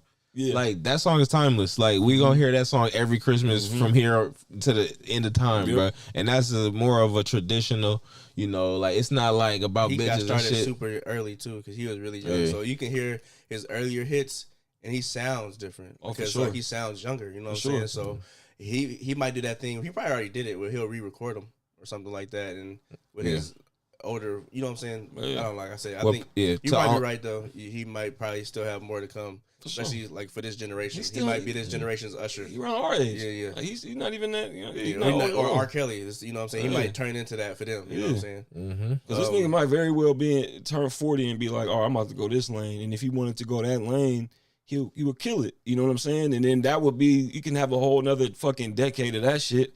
And then guess who's calling? You know what I'm saying? So if he want to, you know what I'm saying? Almost like on some Michael Jackson shit. Because Michael Jackson was doing shit when he was a kid, you know what I'm saying? Kept that shit going. Fire. And then all of a sudden just blossoms into a whole, so it's definitely possible if he really wants to though, you know what I'm saying? But you know. For the Super Bowl poll, Seahawks 83, Patriots 17. And that's what I'm talking about. That's the shit I'm talking about. And sometimes the obvious thing is the obvious thing. But sometimes, like, especially when I be like betting and doing that shit like that, sometimes the obvious choice is way too obvious. Mm-hmm. You know what I'm saying? So it's like, it's weird, man. But so that's why, like, I kind of want the Patriots to win but our new head coach is the offensive coordinator for our new head coach is offensive coordinator for the Seahawks. So if the Seahawks look good and the offense looks great, that's going to make me kind of more excited for what's to come for us, right? But for some reason, I got this feeling that Darnold about to throw multiple picks, and it's just going to be some bullshit. I don't know why. Real quick, I'm going to let y'all finish, but I'm gonna probably cut it off here. So make sure y'all hit that like button and that share button and comment and, you know, all that good stuff to help the pod get out there. So we've been out for like 2 hours plus. Right? So we be getting it in, bro. We don't even be noticing. Time be flying like crazy. But we did cover hella shit tonight. But that's why y'all gotta get the Patreon. Cause y'all get the Patreon, y'all can stay for the after hours conversation. You know what I'm saying? But yeah, I'm gonna let these guys take y'all out. Thank y'all for pulling up though. Jose, should I feel good about us taking y'all defensive coordinator? Oh, Pat Graham? Yeah, Pat Graham is good. Pat Graham is good. Somebody explained it to him, explained him the other day.